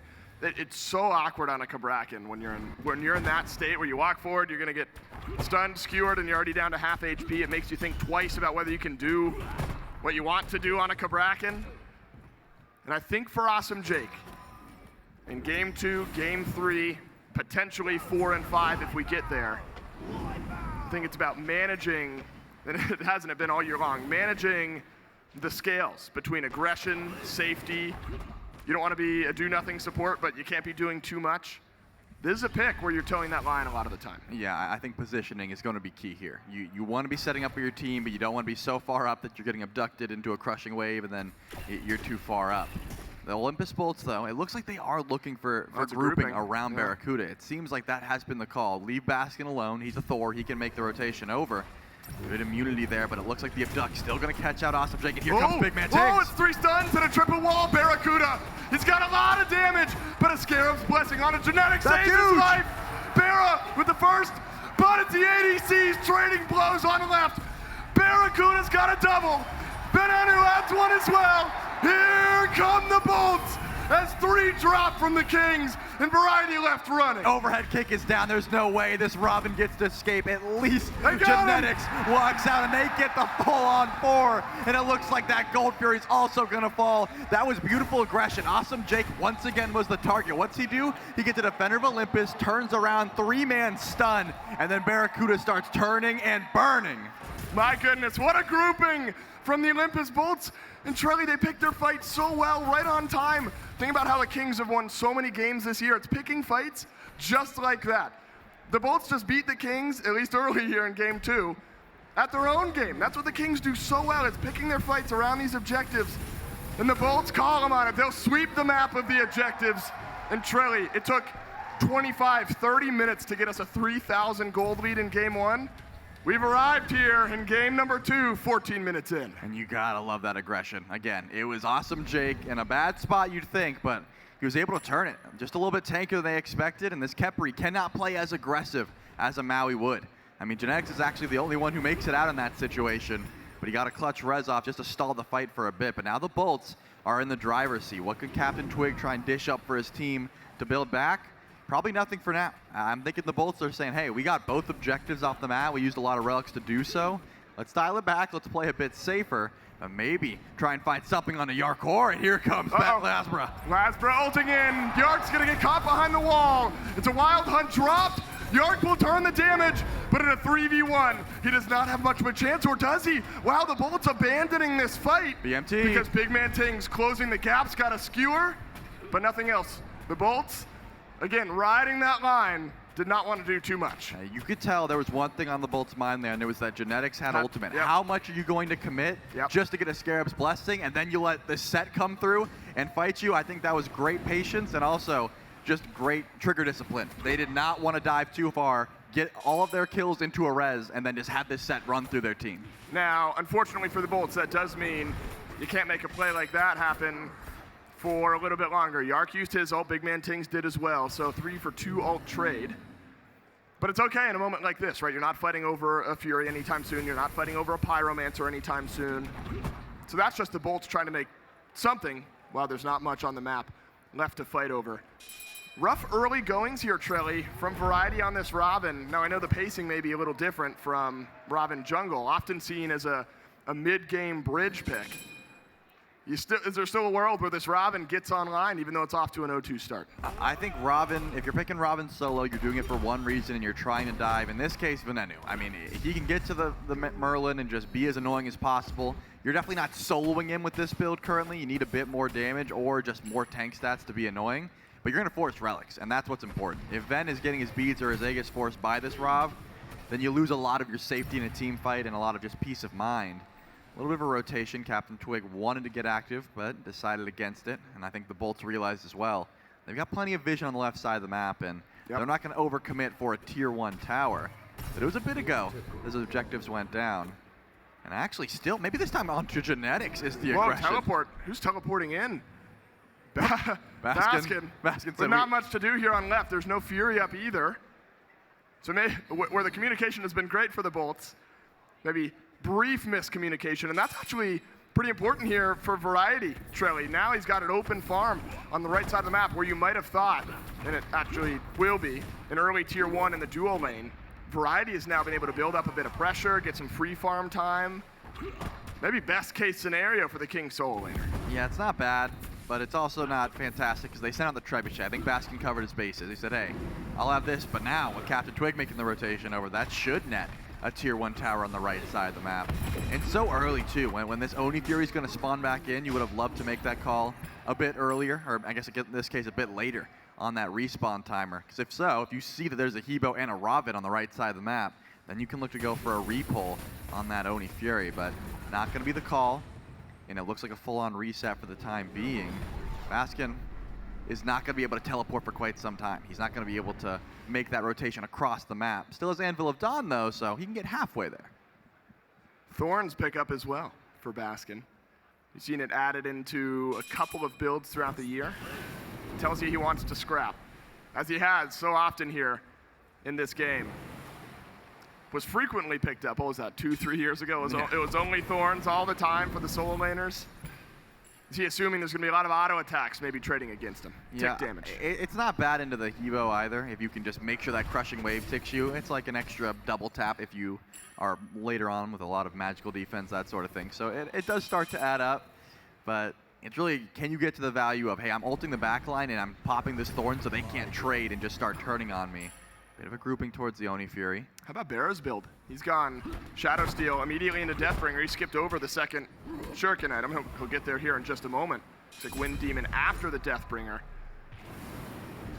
What you think about it? Baskin will get up into the Anvil of Dawn. Needed to. 4 members of the Camelot Kings group on right. What? And the Camelot Kings stepping up to the Fire Giant, the Olympus Bolts. They're all over by the Oni Fury. This Fire Giant, it's gone. It's burnt. The Kings get it at the 19-minute mark. The Olympus Bolts asleep at the wheel. They weren't on this side of the map, and how about it from the Camelot Kings? I mean, you gotta love that call. You knew Oni Fury would be the target for the Olympus Bolts, and didn't respect the damage. Variety, he's stuck in the Trembles. He has that Mystic Rush, but Scarab's Blessing is also a tool. Oh man, that just delays out the rest of this fight. Oh, the knockup from CaptainTwig. It's so discourse into the beginning of this fight. BaRRaCCuDDa on the backline gank. Oh no, the Olympus Bolts. They've lost 3. They've lost fire, and this game is flipped on its head. And now it looks like the chase on the BaRRaCCuDDa. CaptainTwig very fast, but is going to let the Ishtar get out. It was all just attention to that Oni Fury. The Camelot Kings, and I know that was a Genetics call. He knew, hey, we've got plenty of damage. We know that at least 3 of them are going to be on that Oni Fury, and we just saw Baskin ult out We have a free time and variety. Ult's back in. He's got plenty of chase down. Who's here to help with Awesome Jake? No one yet, but BigManTingz has plenty of dive here, and here he comes. Yeah, BigManTingz over from mid, double skewer. BaRRaCCuDDa trying to trade out, won't. In the dive from Variety. First kill of the game for the Robin. And look, that's how staggered out these kills. It's mid lane Phoenix left undefended.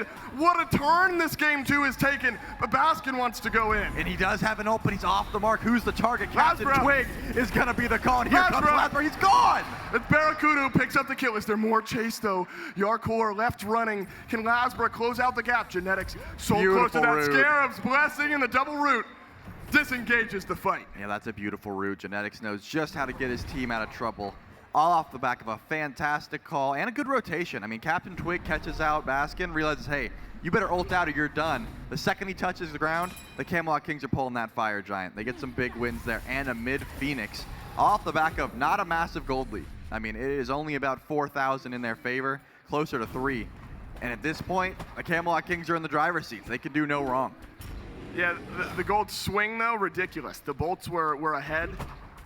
That is the type of call that very few teams in the league make, I think. The Camelot Kings, which with inch moment perfect shot calling, they said we know the Bolts are going to be at Oni Fury, we're pulling it, and we know exactly how much damage that the Kings can do. And now, you know, where game 2 was looking dire here for the Kings, you're right, they're in the driver's seat. LASBRA living here would be fantastic. He will. The Variety will have to Mystic Rush up and over. A flicker forward from Ven. A bit more damage to be burnt down. Not much assistance, however. BigManTingz and Twig lurking in the jungle. Yeah, Variety's a little bit too tanky, and now that tier 1 and left goes down. Didn't even seem like the Camelot Kings were going to rotate to help him. They knew he was going to be just fine. Tier 2 over on left is the next call. The Olympus Bolts engage gets a lot more difficult when they can't have the element of surprise. When you know an Anvil of Dawn is coming, it's much easier to juke, much easier to relic. And in this case, Baskin better be hiding in the jungle if he wants an engage. But the tier 2 tower still seems a bit risky for how much the Camelot Kings have been able to get. It seems like the Bolts are going to try and defend, though. Camelot Kings, a team that typically does not enjoy a roll of the dice. They might be going for one here under the tier 2. Fire Giant, maybe only a minute or so left on those buffs. Variety, it's got a root onto Awesome Jake. Skewers actually didn't do too much there to the Cabrakan. Itemization's caught up. Decent wall from Baskin. Pokes a little damage into Variety. Mid lane fire minions are going to reach the Titan here shortly. There'll be one wave to defend it for the Olympus Bolts in their base. You're ideally not losing any Titan HP at the 23-minute mark, but looks like the Kings have given up their siege, but the Fire Giant has done enough. First of the game on a great call from the Kings, and a ridiculous upswing in golden experience. 4K in the lead going into the next fire. Yeah, that puts the Camelot Kings in a fantastic position, but certainly not one-sided. The Olympus Bolts were able to have a good defense. I think Ben was power farming during that entire siege, so he gets some good itemization online. We haven't gotten to see the best of this Merlin just yet. And that mid Phoenix should be defended with relative ease. It's pretty close to the Fire Giant. You've got lots of global presence, so you could send Baskin or LASBRA over to clear that wave and still make it into the FG for a defense. Burst-wise, though, you gotta favor the Camelot Kings. That crushing wave is going to delete that Fire Giant better than anyone on the Olympus Bolts could. And CaptainTwig, 1, 2, and 4 so far in this game. 5 of 6 affected kills. He's got Blink and Bead, so can you apply enough damage just right away? Maybe where BaRRaCCuDDa is considering some of his crit here. If you can 1, 2, 3 tap some of these carries, your team fight, your life, made much easier. Yark has withstood a lot of pressure this game as well, Trelly. Level 19, he'll catch back up to BaRRaCCuDDa here shortly. Got a more traditional build from what we've seen. No Spectrals just yet against BaRRa. That's what I keep looking at here, Trelly. Can the BaRRaCCuDDa crit build step up? Might help you around an objective as well. And we're dancing around FG at the 24-minute mark. And the Bolts may be baiting in the Kings a bit. This is definitely a bait. And there's a fire wave running down mid. This is not a good fight here for the Bolts. They need to either get in or get out at the moment. Just trading blows, but someone is going to have to retreat here. And the Camelot Kings know they're going to charge forward. That's right, Twig knows it. Gets a knock up onto Awesome Jake. Fire minions are going to reach the mid lane Phoenix. And the Kings, they burn the last FG so quickly. They're going to be able to do this one maybe just as fast. Instead, it's a Pyromancer call, and then over to the Fire Giant, but dropped from the Kings and the mid lane Phoenix defended. The Olympus Bolts able to do a bit of everything while losing the pyro. Yeah, they tried. I mean, it was a good call, but the Camelot Kings are too smart. Like, someone's going to have to leave. This is a bait in all forms. Genetics takes some good damage, and it looks like Baskin wants to block him. Variety's on BaRRaCCuDDa. So is Genetics. So is Jarcorrr. But Baskin has gone up, down. Ven has it all to do, and not enough time to do it. Awesome Jake is the second trade. Ultimate for movement speed. Off the map. Variety with the onslaught, and Tingz on the double kill. And it looks like LASBRA's trying to get out. He will be able to for now. The Camelot Kings, they're not surging towards that fire giant. They're going in for the right side burr. They have to go through tier 2 first. They're not too worried about that mid Phoenix either. They've got plenty of time to try and play this slow. Looks like gold first, and then try to break the base. Awesome Jake back in 10 seconds. This Obsidian Shard from Venenu has got to go big. He'll flicker away from BigManTingz. The right side Phoenix should drop here shortly. Remember, Fire Giant's still up. It is still there. The Camelot Kings may back up and take it after the right side Phoenix crumbles. Again, the Bolts still not horrified at the fact that it's the right side Phoenix that's down. You can defend it and the FG at the same time. Yeah, and Baskin does have teleport. That'll be up in about 8 seconds when he spawns in. Immediately towards the Fire Giant, though, with BigManTingz putting a set clone down to get some vision, and Variety on zone duty. That's going to be gone. They got too much. Camelot Kings getting it. The Olympus Bolts not in range. Game 2. Now much more confirmable for the Camelot Kings. You sneak away the first FG, and then you get a mid lane Phoenix. Now you drop a right side Phoenix. The objective Kings come to play in game 2. They certainly have, and it looks like the Bolts are going to try and go for a sneaky Gold Fury in the meantime, maybe get some gold in their pockets, but I think they waited too long. That red buff and that purple buff might be all they're able to grab before the Camelot Kings continue to siege forward. A lot of kills coming the way of the Kings, by the way. They are just able to look for these picks. The chase down was good.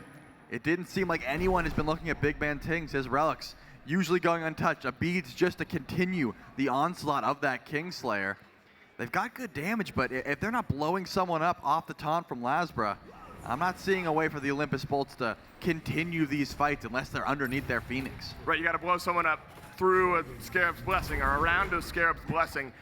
If you're in a state of game where Genetics is using his ult to just allow Variety to run faster towards the opponent, you're in a really, really bad spot. Gold Fury means a little something for the Camelot Kings. And the Bolts will group as 5, Trelly, under their left side Phoenix. Mid lane Phoenix still half HP. Could be an easy split push for one of the members of the Kings.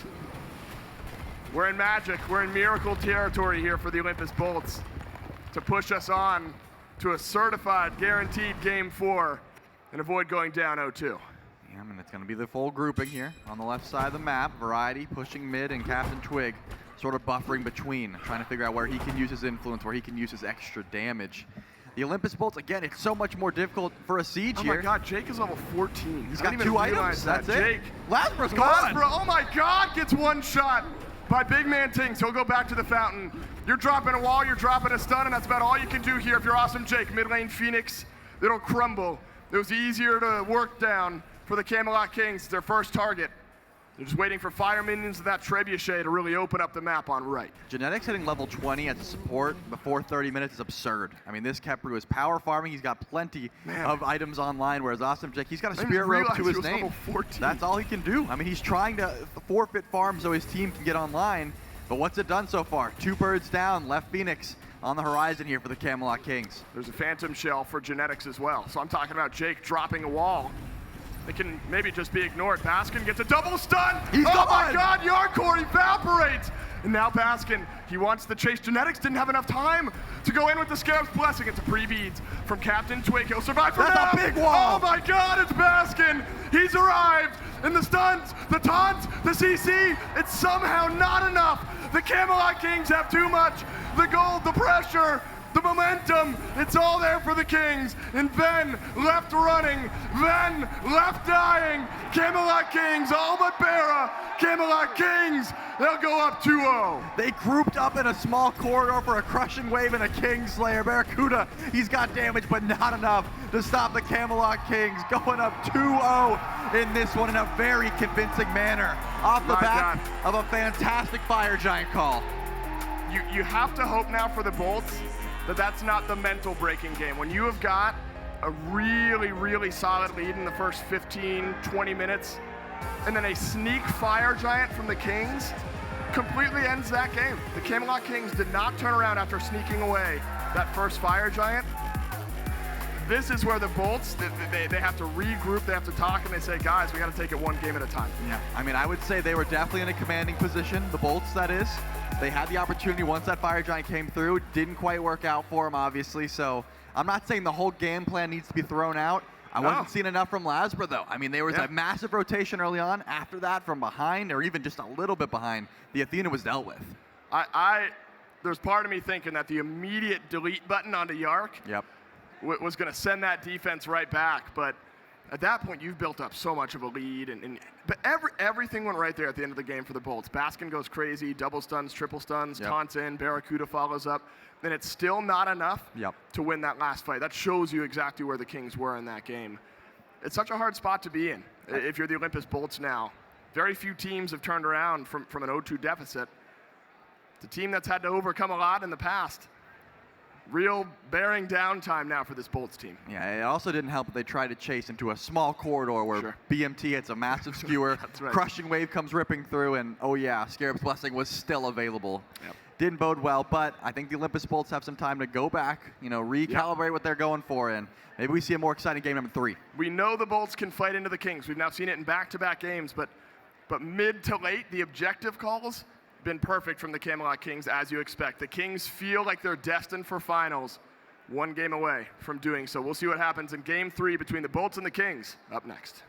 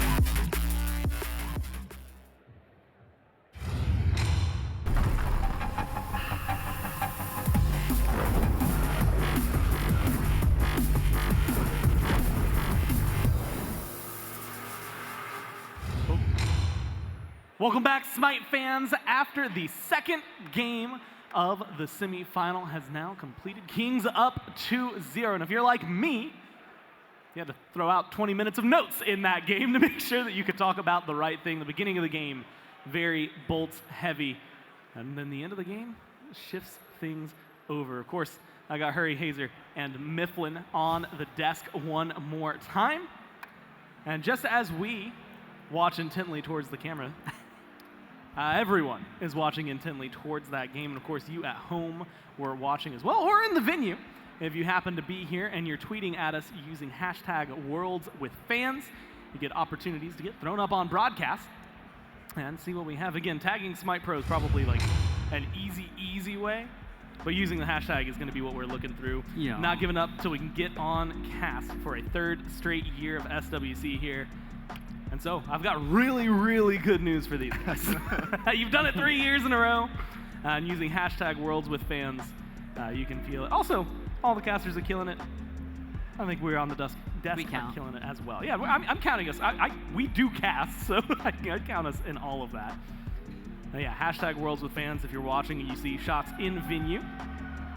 I even heard cheers from that one, as well as those of you who are watching from home, or if you're even working the event, we'll go ahead and throw you up there.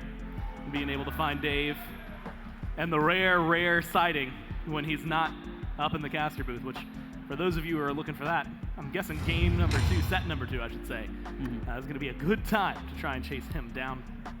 If you're also in the venue, or if you're at home, and you were looking at that and you thought, man, a lot of those guys were wearing some really cool SMITE merch. I wish I could get my hands on that. Well, if you're in the venue, I've got good news. You can go to the lobby and go to, well, if you're leaving the stadium, to the left, and you are going to see a lot of merch brought to you by Skulls. If you're at home, you can go to shop.hi-rezstudios.com/SPL or shop.smiteproleague.com. And that is going to include jerseys, hoodies, t-shirts, and more that you're able to pick up. One of the things I fell in love with while they were setting it up, it was not even day 1, day 0 of the event, was this kind of baseball jersey-esque shirt for the SPL. On the back says, "Go ahead, play God." Just really good material. I've seen a lot of them, signed a few of them. It's been fantastic merchandise. So thanks to Skulls Gaming for providing that for us here in Season 9, and especially here at Worlds. And just like last time, as we get out of game number 2, First Blood happens. We've got a replay brought to you by Million Pugs. And they are going to show us exactly how this game kicks off. I love that again, little guy. The way that the way that everything shakes out, very different from the very end. Baskin, with a little help from LASBRA, able to pick one up super early on. And they continued a lot of that pressure for the next 19-ish minutes. And then things fell apart. We'll get into that in a second. Just in general, for those of you who are curious, you can go to millionpugs.com to be able to support them and actually support yourself a little bit. You earn skins, favor, gems, more whenever you happen to make online purchases. So if you want to get in, it's just a browser extension that you throw on there, and while you're shopping, you'll earn those loyalty points, which they call pugs, and be able to swap those for any sorts of items from your favorite games. So thanks to Million Pugs for sponsoring the First Blood replays. Now as we get into the rest of the game, because First Blood, that's Bolts heavy, feels great. Not so much the rest of the game after 20-ish minutes. And Mifflin, casters say it best, one sneak Fire Giant turns the whole game around. I mean, I wouldn't even qualify it as a sneak. The Camelot Kings were grouping up as 5. They were trying to get onto the Pyromancer on spawn. Baskin face checks it, lose out on about half his HP, and the ultimate leaves. And I think from there, the Olympus Bolts essentially make the call, look, Baskin's not going to be here. We can't take the engagement. Just go ahead and give up the Pyromancer. Camelot Kings pull fire, and they just walk away with it. Very simple. The fight afterward, I think, maybe frustration from the Olympus Bolts. The willingness to stick around into a 5-stack with fire, losing out on 3 lives, the Pyro, another life on left, and then all your towers and Phoenix in mid. It was a dead-even game. Favored Bolts before that point. Over the course of 80 seconds, it's all Kings all the way. Yeah, absolutely. Just talk about snowballing that one, and characters who are very good at snowballing, right? Yep. If you give Set room to dive you, if you give him space, he's going to dominate any team fight. The Hebo was going crazy. The Khepri's there. Even if they do overstep, they're coming back at 30, 40% HP anyway, and they're going to be back at you. So yeah, a great comp by the Kings, aided a little bit by one mistake from the Bolts. I actually thought Baskin had a really good game on the Thor as well. Late game, he was hitting 3-man stuns with the Tectonic Rift. He was going crazy, but just not quite doing enough, and one mistake from him opens the door for the Kings, and they rush through as 5. And Hurry, I think you had mentioned it as it got locked in and that we saw, but Genetics has loved this Khepri all year. I was looking it up, but it has treated them incredibly well. He goes 0011, a lot of saves that come from that pick, and it feels, you finally get him off Maui, and you think you get a leg up, and then he just pulls out another god and suddenly looks just as good. And that's not even the Yemoja we were talking about. It feels like there's just too much to try and handle here on the side of the Kings. Yeah, it's something I think I foretold a little bit in that I think a lot of the characters that Genetics is going to play this tournament are going to feel like problems. So if I'm the Bolts or anyone who's going to be playing them potentially in the future, if this set continues to go their way, I'm going to try to draft around picks that I know he's going to pick and have comps prepared for it. To me, the Bolts don't really look super prepared for this Khepri. I think the Kings were definitely prepared to draft with it. They have the Set, the Hebo, 2 big problems that can both really benefit from having a Khepri ultimate along their side. And I think that's going to continue to be a problem until the Bolts try to mind game them a bit in this picks and bans phase and kind of prep for what Genetics is going to do rather than maybe, from my perspective, be surprised by what he's picking. I think there's a lot of work to be done if you're looking at this. I mean, the Bolts, it's just like yesterday, right? I mean, Hazer, we've had 2 games. Both of them have gone to the Kings. But they've both been competitive games. It's not like the Bolts haven't been showing up. I mean, they were in control for a majority of that game. But at the end of it, it's just one big play that then results in a second big play that results in just so much dominance, so much of a lead that they're able to keep it. So I still, personally, I'm still holding out hope for all 5, knock on wood, for this one to go the distance. Yeah, absolutely. I'd love to see, we've seen all 2-0s so far. Let's not start semis with a 3-0 as well. Let's go a bit further here. But those kind of fights and those kind of games start to weigh on you if you're the Bolts. You've gone through 2 games and you've been kind of in control, but you're letting it slip. You're not able to get over the line towards the end. And maybe you start to take risks that you wouldn't in the early game because of that. You start to try and push your lead earlier on, which could end up leading them into trouble. Definitely a lot of work to be done. And, you know, Mifflin, I think there's going to be a point in time where we can tackle picks and bans and try to figure that out. But I believe, you know, before that, as we've actually been seeing, like talking about some of these players, seeing some of their history, specifically looking towards the Bolts, right? A couple of guys who are looking for a repeat championship. Baskin, who has been touted as one of the best players to touch the game, but has never yet lifted that hammer. It feels like there's not necessarily mounting pressure, but that hope that you come into the tournament with. Now it turns less from hope to grind, right? It is make sure you can push yourself forward. And it's such a tough situation to be in, finding yourself 0-2 in a situation like this. It is very difficult to combat the mental stack. Hey, how do we figure out what we want to do in P's and B's? What are we going to do play on field? Oh my God, if we lose this one, we're done. And these facets of being a competitor start to really build up and weigh on you. Whereas the Camelot Kings now, with a 2-game buffer, you're free ride. Even if you lose this next game, you're still feeling really good because you've got a significant advantage. The Olympus Bolts, it takes a steadfast mental to keep your head in a situation like this. You look towards BaRRaCCuDDa, you look towards Ven, the veterans on this team, the guys that have been there, done that, and you got to hope that they're keeping their heads above water and are willing to keep that communication rolling. Because when you watch these player cams, communication, certainly not an issue for the Camelot Kings. I mean, Genetics might have a career as a caster. Dude's speaking a mile a minute right now. That has been my favorite thing, at least here in the venue. In front of the players, you have their player cams. You can see not just like the shot calling, but where all that communication is. I always advise anytime a player makes a big moment, look, it's hard to tear your eyes away from the game, but if you can watch the players themselves.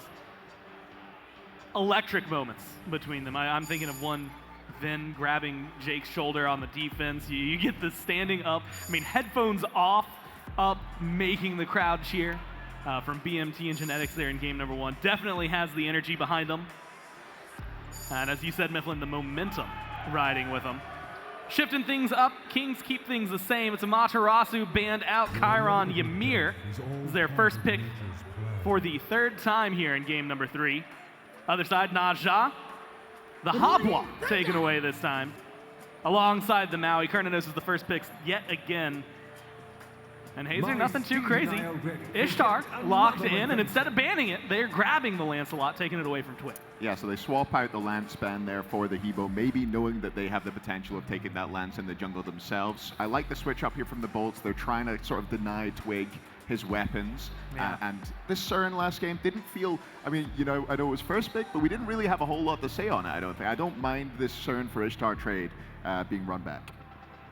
Yeah, I think it's okay to give up this trade. I think that's a trade we've seen a lot throughout this weekend as well, and I think that's a perfectly okay trade to make. I think getting LASBRA potentially on something he's a little more comfortable on. I know he's comfortable on the Athena, but I think he looked a little shaky. Even in his set against the team earlier this weekend against the Mambo, I felt like he kind of had a rough early start.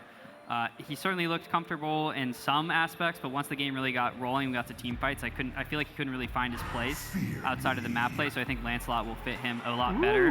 Kings, this pick has not been picked a lot of times, although it has been banned away in some other sets. There she is!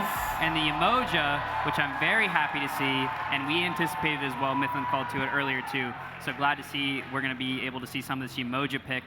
If there's a player that's going to play Yemoja and make her look good, it's going to be Genetics. So I'm excited to see what he's going to do, Mythlin? I mean, there was a 2-month period where Yemoja and Genetics equated to one thing. The addition of the two always led to a win. They are so dominant on this pick. It gives you a lot of healing. It brings you a good deal of wave pressure as well. Been a long time since we've seen Yemoja, so I'll break down the basics. But it's the ultimate that can separate these team fights. It's the Riptides that can facilitate long-ranged initiation as well as escapes for your team. I'm scared now for the Olympus Bolts. It has been a while since Yemoja has been solidly in the meta. That could mean one of two things. Either the teams have figured out how to beat her in scrims and she's really started to fall off, or we've forgotten how to play against her, and that's a scary thought. Yeah, absolutely. A good pick into Lancelot as well. You've got to look at what she's being picked up against. Has that ult, walls typically very strong into Lance. That ult can be quite, from Lance, his ult can be quite telegraphed, so you can block it off. And also the cripple field, not going to prevent Yemoja's 3-out as we see a tier lock in. Deathwalker no longer in the tournament. Is that Jake? But there it is. It can't be Jake. It can't be. I think it's Baskin.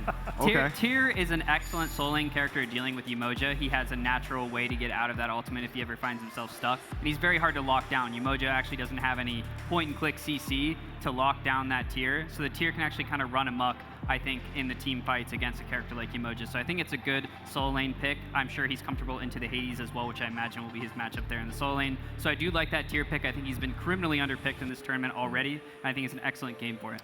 And again, if you're looking towards the future of this weekend, actually it's just tomorrow, but Golden Bolts, one of the nominees, is a tier play, right? A 4-man fearless from Deathwalker in a big competitive environment. That gets the blood running to see if maybe that will get locked in. Not just locked in, but if you can get a play at that level. Baskin has been able to bring a lot this weekend.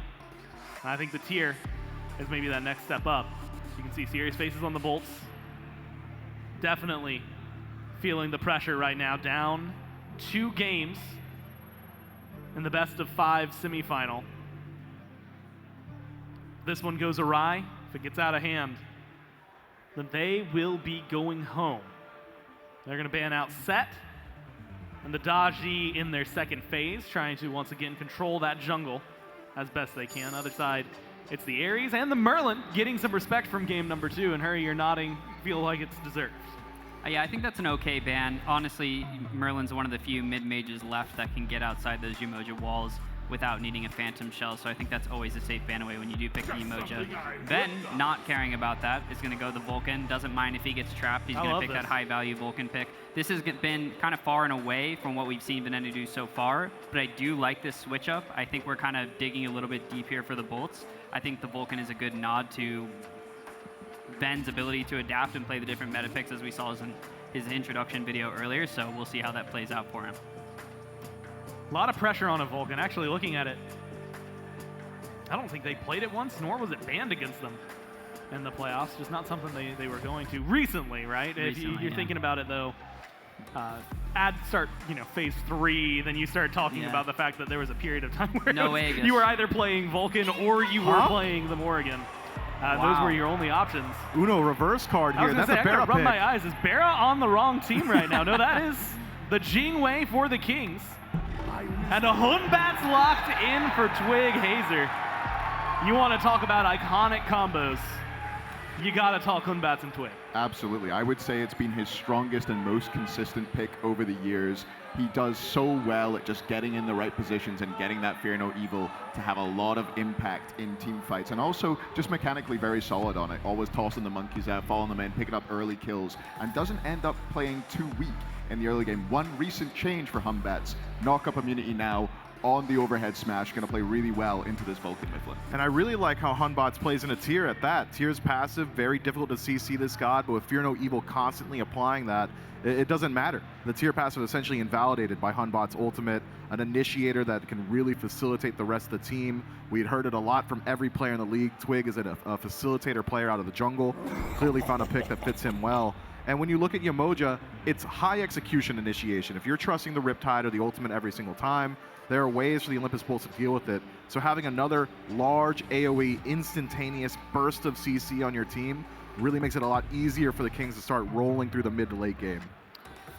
Throughout the year, they've loved this pick in the bottom too as well. It just feels like an easy, hey, you're holding on to it. Admittedly, Batz, depending on where you drop in at the year, hasn't necessarily been the most pivotal god, but it has lately for the King. Xing locked in to finalize the Bolts roster. And hurry, I'm going to play devil's advocate. I don't necessarily know if I agree with what I'm about to say, but I'm going to say it anyway. Xing plays a lot of solo. Tier, something Jake likes to play. Baskin likes the Xing. Is there a world where this is tier support? If I'm living in that Is world, there a world where they I'm win not with sure tier that's a world I want to be in. I think there's a chance, knowing Jake and the way his brain works, that's his anti-Yemoja tech. I'm hoping it's not. I think Jing tends a fine matchup into it as it is. I'm hoping that's what it is. But at the same time, it would be hype to see a tier support. It is Jake we're talking about. They are on their elimination game. So if there's a time to pull it out, it would be that time, Gore. Have something in their pocket to make it work. Mifflin, it feels like I need to get like a little red nose, some white face paint. I'm clowning up here, right? Okay.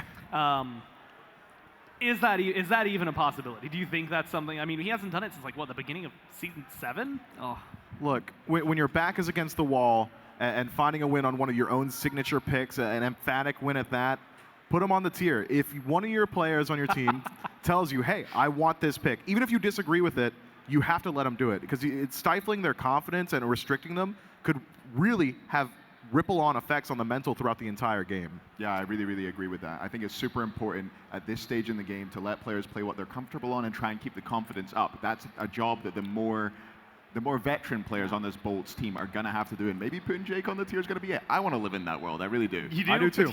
You both do. Hurry doesn't, as far as he's concerned. I've either corrupted 3 people on the desk, or we're about to see Jake play the tier, and we don't have to wait any longer. We can jump into it. Game number 3 of the first semifinal here of the World Championship, and we're going back to Dave and Trelly.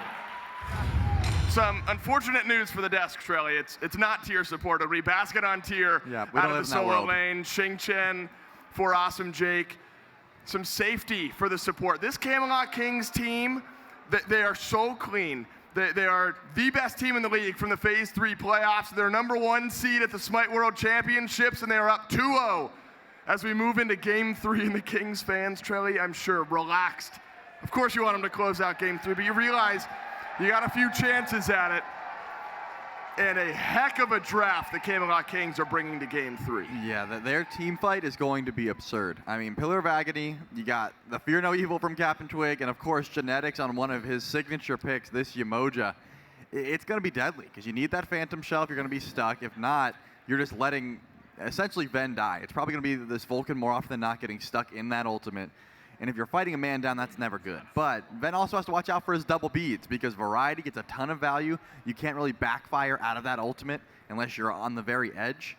And then, of course, CaptainTwig comes through as well. Double circles, always a good combo. A lot of beads burn. The Olympus Bolts are going to have to position so clean to be able to avoid all of that. Double circles funneled in by Genetics on Yemoja. Did we forget about this? He is so good on Maui. We have not seen Yemoja in forever.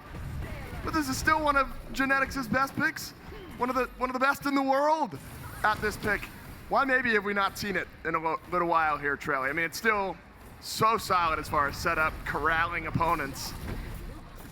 What is it about this Yemoja that's kept it out of the meta? Well, we talked about it a bit on Waiting Room after the qualifiers, and my explanation was it's a difficult pick to make work, right? If you miss that ultimate or don't get value out of that ultimate, Yemoja doesn't help as much in a team fight. Everything was so high stakes. Your world's run was on the line. At this point, the Camelot Kings are up 2-0.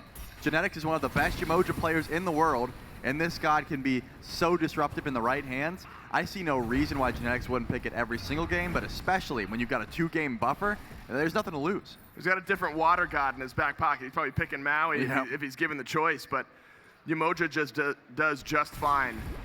Again, it's been a lot of individual moments from the Olympus Bolts. In game 2, rocket out to a fantastic start on a good gank from LASBRA over into the solo lane. But this Kings team simply played so effectively together. Baskin would love to start off with another first blood, but enough healing from Variety on this Hades. Just get him away from Death's Door. And how about that solo lane matchup here, Trelly? Baskin thought might get a playmaking style pick in the Thor, and it was. But this tier carries a little extra weight with it. Yeah, I'm a big fan of the tier. It's not great in the Hades, of course, but Hades isn't great in the tier either. You know, you're not looking to fight, is my point.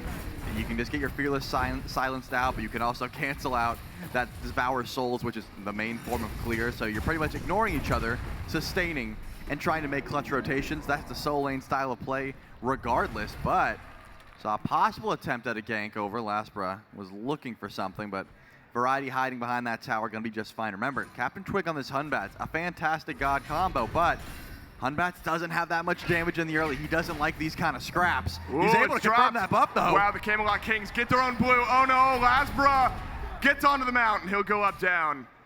It'll keep the Lancelot alive. LASBRA on this Lancelot, Trelly. It's been the name, the player god combination that's called when the Bolts really need something special, and you need something special 3 games in a row now in the semifinals. What's the timing of this game look like for Laz? I mean, you have to keep your relics on lock, right? As long as his beads are down, LASBRA cannot go in once level 5 comes around. It seems to me he's already showed his hand a bit. He headed to that blue buff. He wanted to look towards Variety. But as the game continues, you're getting CC chained. I mean, it gets so much more difficult when Variety and CaptainTwig are able to group up with Genetics. So I'm thinking LASBRA wants to fight before that grouping happens, before we're seeing the whole squad actually get together. Horrific gets popped, and BaRRaCCuDDa actually starts taking some good damage. But Jarcorrr was the target. No relics used besides that Horrific from Awesome J. Now, Yark did take some good damage. So did BaRRaCCuDDa. There's great frontline play there from Genetics to lock down the Ishtar on the other side of the lane. But both AD carries, they'll hold on to their beads, and so will Genetics. Now, so much of this team fighting, Trelly, later on in the game, big AoE, you talk about the circles that the Camelot Kings have. Olympus Bolts, they got a big circle of their own. Venenu, that Earth Shaker, so much potential behind it, not only in wrecking team fights, but stealing, taking objectives. And that's what the Kings have been so good at. It's an extra little wrinkle here in game 3. Yeah, I think objective pressure and confirm definitely in favor of the Bolts for now, despite the fact that BMT and Jarcorrr are double ADC. This Jing takes a while to get to that point. I mean, she's going to be farming for a while, sitting underneath that tier 1 tower in mid, trying to get crit online, but it's going to take a bit. Same with this Hunbatz. So I think the Olympus Bolts are right to try and find early aggression. You know, just because one blue buff doesn't work doesn't mean they all won't work. It's just the beats. You got a little bit more of a cooldown here. 50 seconds before LASBRA really wants to put himself in danger of getting sucked into the Pillars of Agony or even pushed away with the Fear No Evil. So it hasn't been too in turn to try and fight on this right side of the map. It's been a tumultuous set so far for CaptainTwig. It's a game 1 win, despite what was a brutal game out of the jungle. And Twig is the type of player, you know, right at level 5. We're at 6 now, but right at level 5, this Hunbatz becomes a threat with the way that Twig likes to play the game. He's got Blink and a potential couple of targets across the map. I suppose Trelly junglers have played around mid a bit this game, but it really, or this set, really feels like jungle pressure just been on purple, just been on blue, and trying to give an edge to one of those 2 lanes. Yeah, I think getting Variety ahead is a great start. I mean, if possible, if you can find that aggression, Maybe CaptainTwig finds an ultimate. Maybe, you know, Baskin gets chain stunned underneath that tower, that sort of thing. They have plenty of CC to do it. It's just so difficult to lock down tier, and I think the Camelot Kings recognize that. Whoa. Pulling in Yemoja, the call gets both, Oh, actually. he ends up getting two. He ends up getting two. Earthshaker. Oh, it's going to be So just close. too early. What a read from Ven, but it's half a second too soon. LASBRA's here. LASBRA's here. BigManTingz gets his back canceled. The River's Rebuke from Genetics. It'll lock him in place. He misses. Doesn't get it. Genetics on the turnaround. And we go 1-for-1 in mid. I can't believe he missed that Grand Joust. It's a hard ability to control, but Genetics throws his hands up. It's all calculated in his head. The River's Rebuke Of just course to it is. stall out. 1-to-1. Could have been a lot worse, but still, beautiful play there by LASBRA. I mean, Ven times it just about perfectly. Maybe a frame earlier, and that Earthshaker comes down and gets that kill onto BigManTingz. But at the very least, LASBRA has the wraparound, and he does confirm that kill. And that's massive for the mental. Great job. And looks like Baskin, he's not done. He wants to find a little bit of damage on a Twig. Wow, Twig was under some serious threat there. Might fight over the Greater Scorpion. We won't. Great look early on, not only for the Bolts, but for Genetics, right? You're feeling yourself in a moment like that. Every single ability has got to hit perfectly. That River's Rebuke already made life difficult. Charlie, there's so much of a conversation always to be had around walls, priority of relics. I'm wondering if Genetics on Yemoja carries enough weight for what needs to be a Phantom Shell somewhere in the composition for the Olympus Bolts. Well, I can tell you that Awesome Jake didn't go to the beads in game number 1 as the Cabrakan. Right. Yeah, it's been many times where Awesome Jake has been the target, and he has not personally gotten that relic for himself, a beads, a shell. He usually likes the med into the bracer. In this case, starts with the horrific emblem, so I'm not thinking that's going to be a priority. It's going to be, hey, if Ben says, dude, I'm tired of getting stuck in the rivers, help me out, then maybe it comes through. And to be fair, Ben has that option. There's not that much burst damage warranting the Aegis pickup. I think this Vulcan could very easily grab that shell for himself, or even BaRRaCCuDDa. So regardless, I don't think that Xing Chen will be grabbing a shell. Yep. It was so close to disaster for the Kings over in mid. Think about if that Earthshaker hits perfect. We're inches away from that being an insta-delete from Ven. And really, if LASBRA's just a bit more on point with that Grand Joust, you're looking at a totally different moment. That said, as we stand, just shy of 1,000 gold in the lead for the Olympus Bolts. It's about keeping that rolling. But again, I still say that Genetics making a turnaround play like that in mid also gives you great confidence in the Camelot Kings and their support. CaptainTwig's already shown some face here, Trelly, right on time with LASBRA in mid. The tug of war that we followed now for 2.1 games in this set. Been a lot of fun to watch.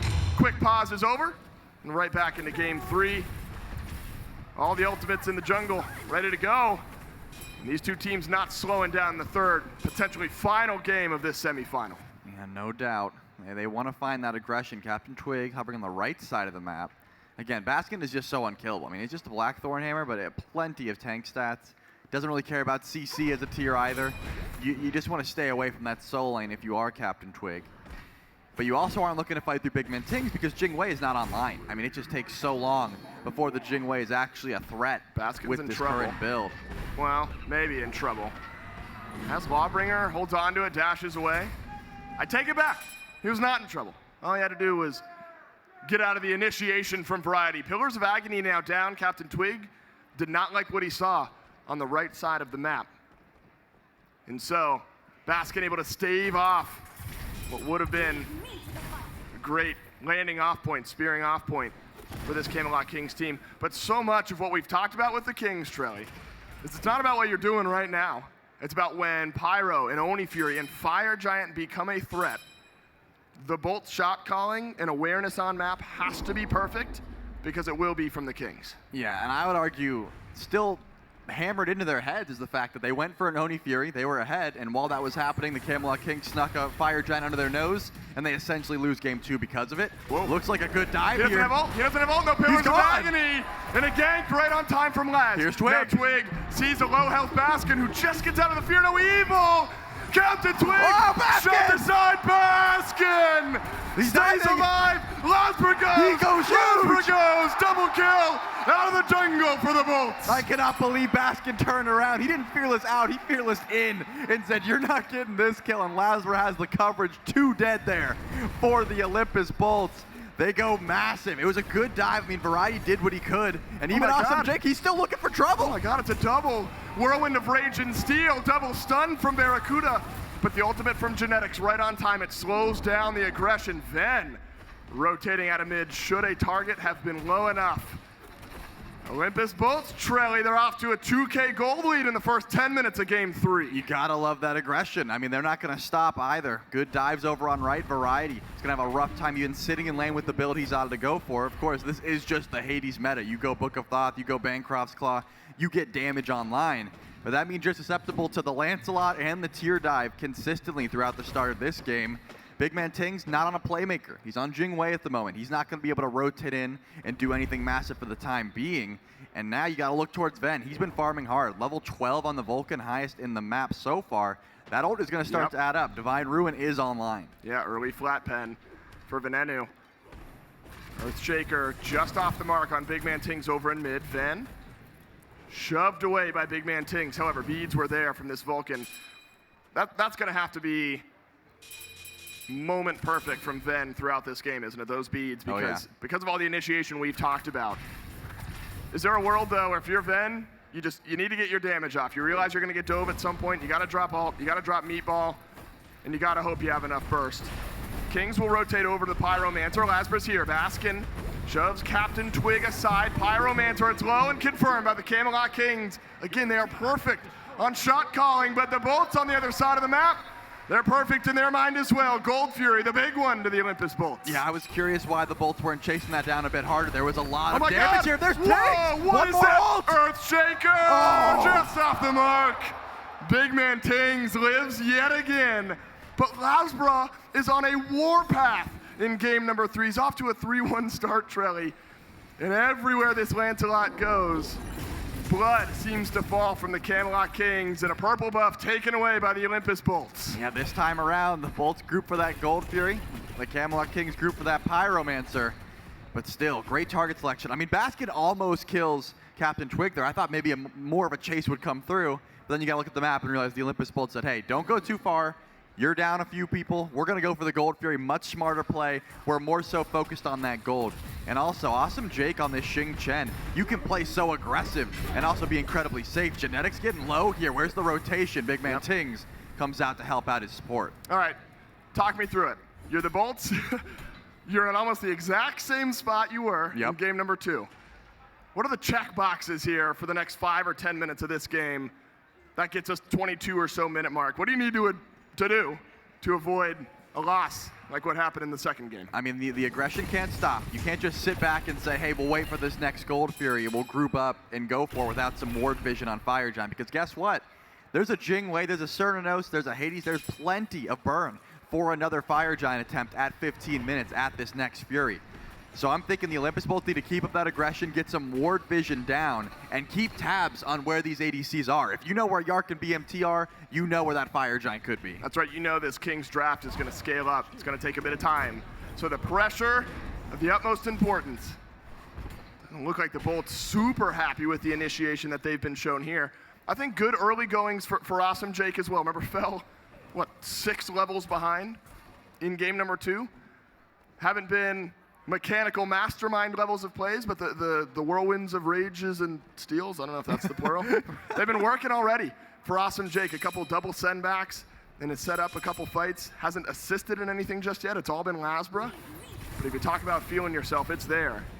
This one a bit red. Baskin turns around the Fearless onto Genetics. Huge damage. Damage down from Laz. Then finally on pay dirt. Whirlwind of Rage and Steel this time gets some value, and it's a beat off of BaRRaCCuDDa. Baskin, though, he's right back in and just out of the Earthshaker. And BaRRaCCuDDa looks like he's the target. A good knockup from Baskin, and BaRRaCCuDDa's gone. The Bolts aren't going to stop. They have plenty of time. And LASBRA's not done. Oh, but Yark, he's able to trade it out. Are we diving? No chance, but Baskin, who knows with him this game? 103 on the tier. The early rotation out of that lane. I'll let the gold graph tell me exactly what happens. It's a slight swing down for the Bolts.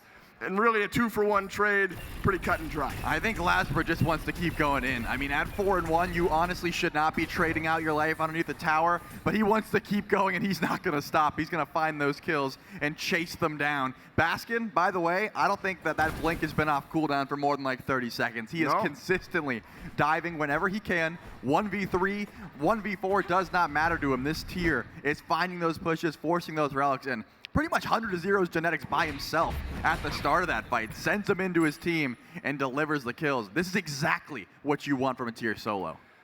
Yark gets the kill, but it's still falling 2 levels behind of BaRRaCCuDDa, so there is going to be build-up, but the Bolts have the leads in the necessary areas here in the first 15 minutes.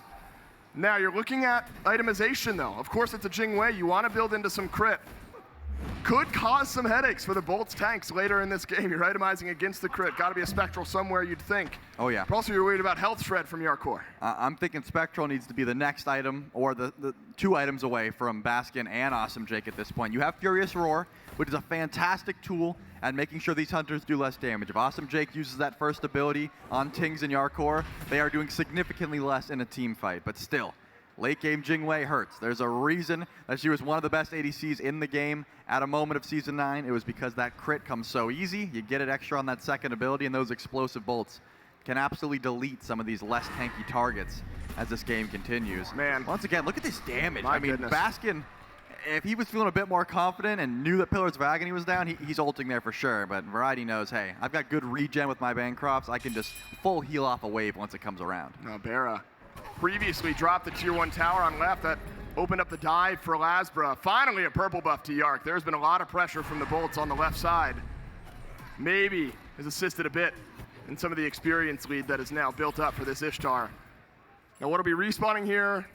Well now, Pyromancer on one side, Fury on the other. Remember last time Kings immediately to the Pyro? This time though, Camelot Kings, Trelly, they're looking for a reply. Slight hovering from Twig over in mid. Big Fear No Evil shoving the Bolts towards the Kings from the backside of the fight.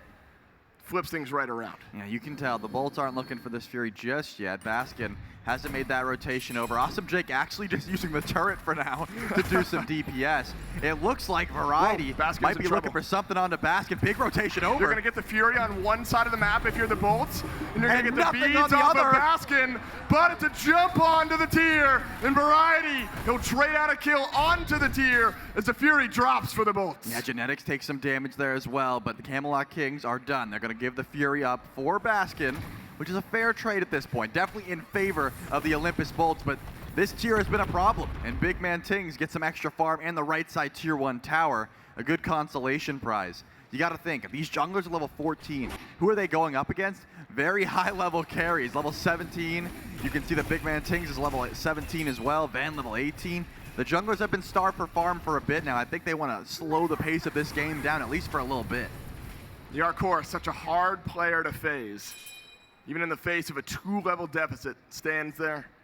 Realize he got support from the rest of his team. Kings, realizing Baskin's still dead. They're gonna pull the Pyromancer and they're gonna get it. Jake was close. Unable to steal it away, but what is this? It's BaRRaCCuDDa, who's trapped in the River's Rebuke, but he'll scurry away. It looks like Ven is the one with that Phantom Shell.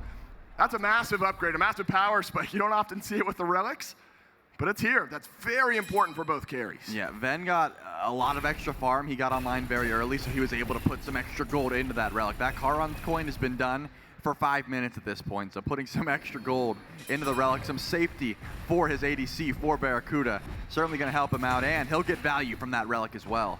Tier 1 tower is the call for the Olympus Bolts, but Jake's going in.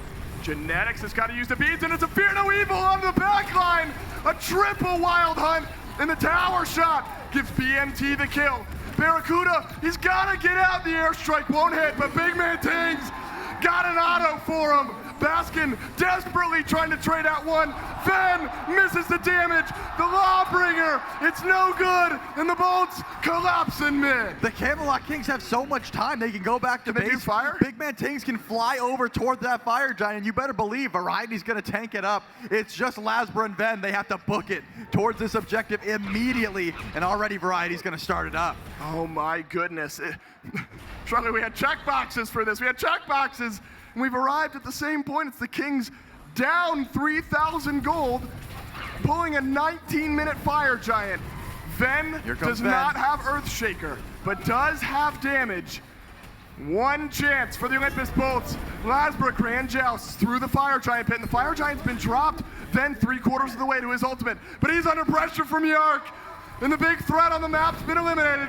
Kings get FG +1. Yeah, they're just going in like a conveyor belt, giving some free picks over. They tried to defend that Fire Giant, but the Camelot Kings, as you said, down in gold, were able to make a massive stop there. Just too much CC underneath a tier 1 tower. The Bolts biting off a bit more than they could chew. They had the aggression, but when you get locked down for that long, it's a good start. The Camelot Kings start their siege now. They've got plenty of towers to go through. Still 3 tier 2s and 2 tier 1s available, and that's going to be a lot of gold in pocket if the Olympus Bolts can't defend. Yeah, that's right. Remember, that's where game 2 was effectively closed out by the Kings. It was the first Fire Giant that then led to the rest of the map and this crazy gold lead that just snowballed out of control. Man, this Bolts team, now in back-to-back games, have taken the game to the Kings, but in back-to-back games, albeit different avenues, the Camelot Kings have had fantastic mid-game, early, late-game shot calling that has netted 2 very, very early Fire Giants. If you're the Bolts or their fans, you're hoping that this one's a bit different. You're not losing all of your map. Tier 1 tower will crumble, tier 2. Bolts not here to defend. They're looking for a tier 2 of their own over in the solo lane. I'm amazed that neither Baskin nor Awesome Jake have prioritized that Spectral. Look how much BigManTingz is doing now. LASBRA, he's on the run here. CaptainTwig and Variety want to try and chase this one down. Take a look at that blink timer. It's up. CaptainTwig has it. Variety also has it. They're trying to see how long they can stall. But here's BaRRaCCuDDa. Maybe they try and turn and fight this? It's a 2v2. It's a 2v2. CaptainTwig takes initial burst damage from LASBRA, but LASBRA has it all turned around. It's BaRRaCCuDDa alone with 2 now, and look at the Camelot Kings swarming to the Olympus Bolts. The 2 members on the right side of the map. Jarcorrr got plenty of damage, and he's found LASBRA, but LASBRA hasn't dropped. He's dancing in the minion wave, and the Oni boat takes him down. It certainly does, but remember, BaRRa's in the back line and now has 3 Camelot Kings chasing him down. He's just stalling out. Doesn't have this Fire Giant. He's just going to keep running, going into the well, and trying to buy his team as much time. Beautiful catch there. That's great. By Variety, going to put him down. And that's going to help the Camelot Kings continue this. But remember, Fire Giant timer, it's ticking down. Only 1:30 left. In the gold, 500 in favor of the Camelot Kings. Experience has gotten out of control. That's going to build up a bit here. Should be a Phoenix Siege. Olympus Bolts, they're going to grab the Oni Fury at least for themselves. Maybe realizing that defending this Phoenix, not the easiest thing to do. Genetics, Twig, Yark, they'll pop the Frenzy. They will pop the Phoenix in the base of the Bolts. It's been broken. Now the gold spools up for the Kings. It certainly does. Tier 2 and mid doesn't look much better. The Olympus Bolts can't group up here. I mean, BaRRa's down for 15. They're going to give this one up too. Man. All towers fall in the right side bird. Also going to be forfeit here to the first Fire Giant that the Camelot Kings were able to grab for themselves. That falls off in about 50 seconds. The Olympus Bolts certainly still in this game. I mean, they have that gold deficit. It's not by much. We need a full grouping though, a full 5v5 team fight. So far, I've seen a lot of staggered fights. And also, BMT, 5 autos, 4 crits. Where's the Spectral? Well, it's on its way for Baskin, but is it going to be too late? That's the question. This Camelot Kings team, my goodness, all year long, they have had some of the best shot calling, some of the best team fighting that we've seen in the SPL and have fallen just short, except for at the Phase 3 playoffs. And the ability to now turn around back-to-back games in what could be a game-ending, a set-ending Game 3. Unbelievable, because think back, we've talked to the Kings all throughout the year, and they've said we're good at every facet of the game, even if we're playing from behind, because teams overextend and they make mistakes, and we are very good at calling them on it.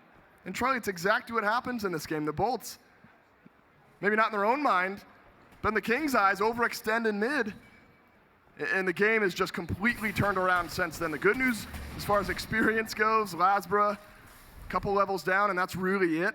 In fact, Jake is a level up over Genetics.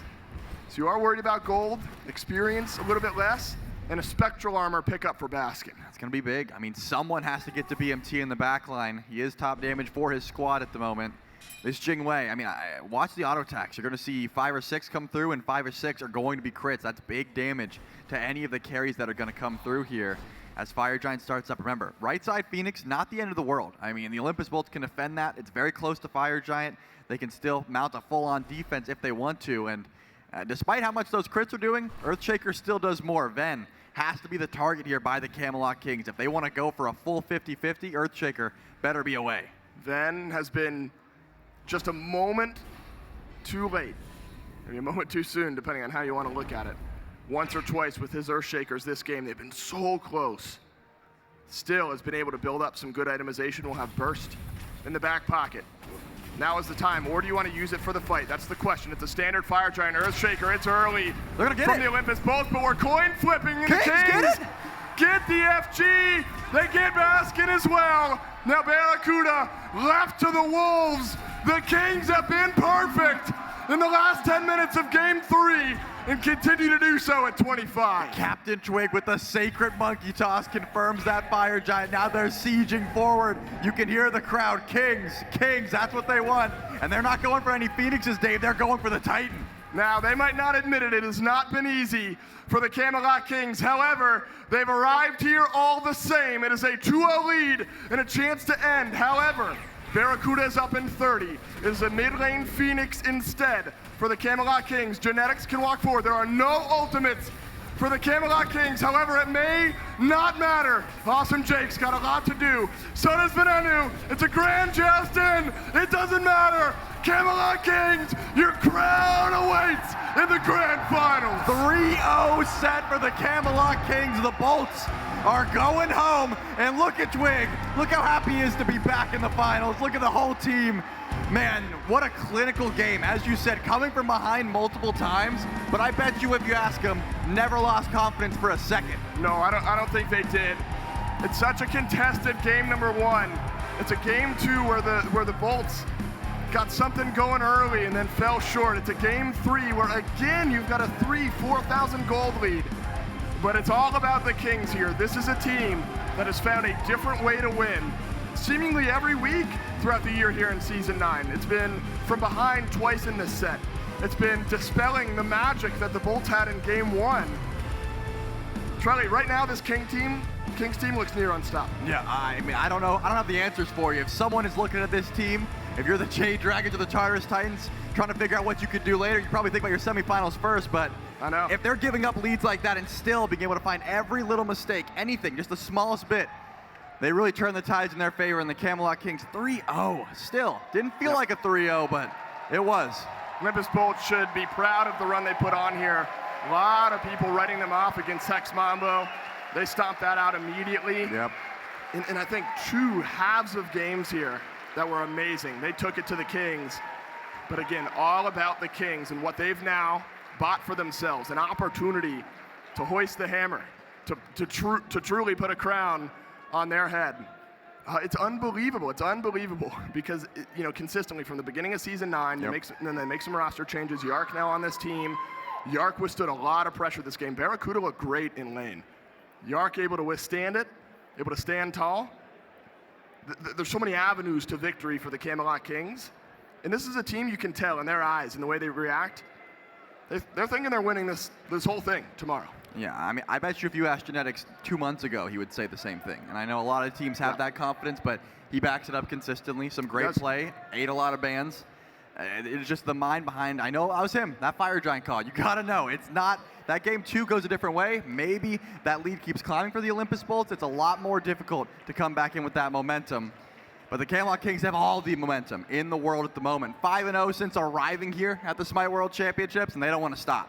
Well, Charlie, everyone's been 2-0, at least up to this point. Camelot Kings, especially in a best of 5, right, to not drop a single game, especially when it looked like in the first 15 minutes you were going to drop 2 of them. Yep. It's just something else from this Camelot Kings team, and my goodness, they've got something special brewing on that side of the bracket. BaRRaCCuDDa did not have the easiest time in lane here today. Baskin, a very fierce opponent to go against. Oh, yeah. Did not phase him. BaRRaCCuDDa standing by for the post-game interview. Hello, welcome everyone. I got BaRRaCCuDDa here on the stage. First of all, I have to ask, how does it feel to be going to the finals tomorrow? It feels absolutely amazing, you know, especially in front of a crowd. It's been so long, and the one time it comes back after COVID, it's in front of a crowd, and we made finals. It feels amazing. I mean, obviously games 1 and 2 was a clear win, but game 3 looked like it was going to be going the opposite way. You guys were able to make a comeback, though. What was the key factor to that comeback for you guys? I think it was a little bit of us keeping our composure and the Bolts maybe getting desperate to try and make a play to win the set, because they're 2-0 down. Like when they sieged mid into Yemoja, we knew that we had a perfect opportunity to take a fight, and we did. And Ben got a great ult off, and we counter-engaged, and we won the fight, and we just snowballed from there. It was absolutely amazing. I want to talk a little bit about the Bologna ADC. It's not something that we haven't seen before, but it is quite rare. What is it about that pick you guys like? Well, when you have the solo lane MVP from last year playing in ADC, you might as well make the most of it, you know? He's a fantastic player. He's played solo for all of his career. So, might as well make the most of it. And my final question to you, between right now and tomorrow, what is it going to be looking like for your team preparation-wise, or is there going to be a little celebrating? Maybe a little celebrating, but yeah, obviously we're going to prep really hard for tomorrow, depending on who we play. But regardless of who we play, I think we have a great chance to win the Worlds, and I can't wait. Thank you so much, BaRRaCCuDDa. Guys, give it up for BaRRaCCuDDa again. And we're going to be heading back to the desk. You know, you go years ago, and that guy on stage, the only reason he didn't get an MVP was just because he fell slightly short in a finals. Otherwise, everybody was going to be giving it to him. Now, what I'm saying is you're going back to the finals. You've had this kind of performance, this kind of team all year. It just feels like, Hurry, there's something electric in the air for the Kings. I think they're showing they have what it takes. We saw a lot of different strategies today as well. And so if I was the next team playing against them, I wouldn't necessarily know what they're gonna do. Yeah. And they're already at the finals. So that's a giant advantage already as it is. Mm-hmm. They breezed through everybody so far. They made it look relatively easy. Very few major mistakes. And if you're trying to win Worlds, like BaRRaCCuDDa was just talking about, and feeling confident about it, that's the kind of situation you really want to be in. I'm really happy we got to see this Yemoja as well. Not off to a great start, I will say, so maybe a potential flaw there in their picks and bans in that potential game if they're playing a better team or a cleaner team. But nonetheless, looks great once they got the team fight stage, and I expect that to be the Kings we see tomorrow too. It was that play right there. I saw it. I thought for sure. I've seen the the moment light. like that seems like, I'm like, okay, cool, game 4, let's already start talking about it. A lot of really good moments early on for the Bolts, but Mifflin, this didn't last long, right? I mean, almost immediately you can see where the swap, and that's 2 games in a row where the Bolts early for this matchup were in control, dominating, knew what they needed to do, and then no matter what they tried, no matter how much gold, the Kings were able to come back. They made the fight that they had to make it work out, and turn it into something amazing here in a 3-0. Yeah, I think BaRRaCCuDDa hits it right on the nail. It was a lot of pressure on the Bolts there to make a play, try and close out that game. It was something you were telling me about, Hazer. The composition from the Camelot Kings being so late game slanted and how that stacks up in the Bolts in a 2-0 spot, incredibly tough. Yeah, absolutely. You wonder if they drew it out that way. You know, you're putting so much pressure on the Bolts. They're playing for their tournament lives, and I think they actually did a really good job getting aggressive. They're in that spot where they're playing for their lives, and they managed to play through the early game, didn't get too nervous about making mistakes, but eventually they did make one. And again, the Kings, they punish you so hard for every mistake you make. You dive too hard once in mid. Hurry, you were saying they try and follow up on the CC on the Yemoja. She has the beads, and they just get crushed in that mid fight. Yeah, just a little bit of a maybe mistake from the Bolts, getting a little too antsy to pick up that Yemoja after she was getting Jing 10 ulted. They have to know she has beads.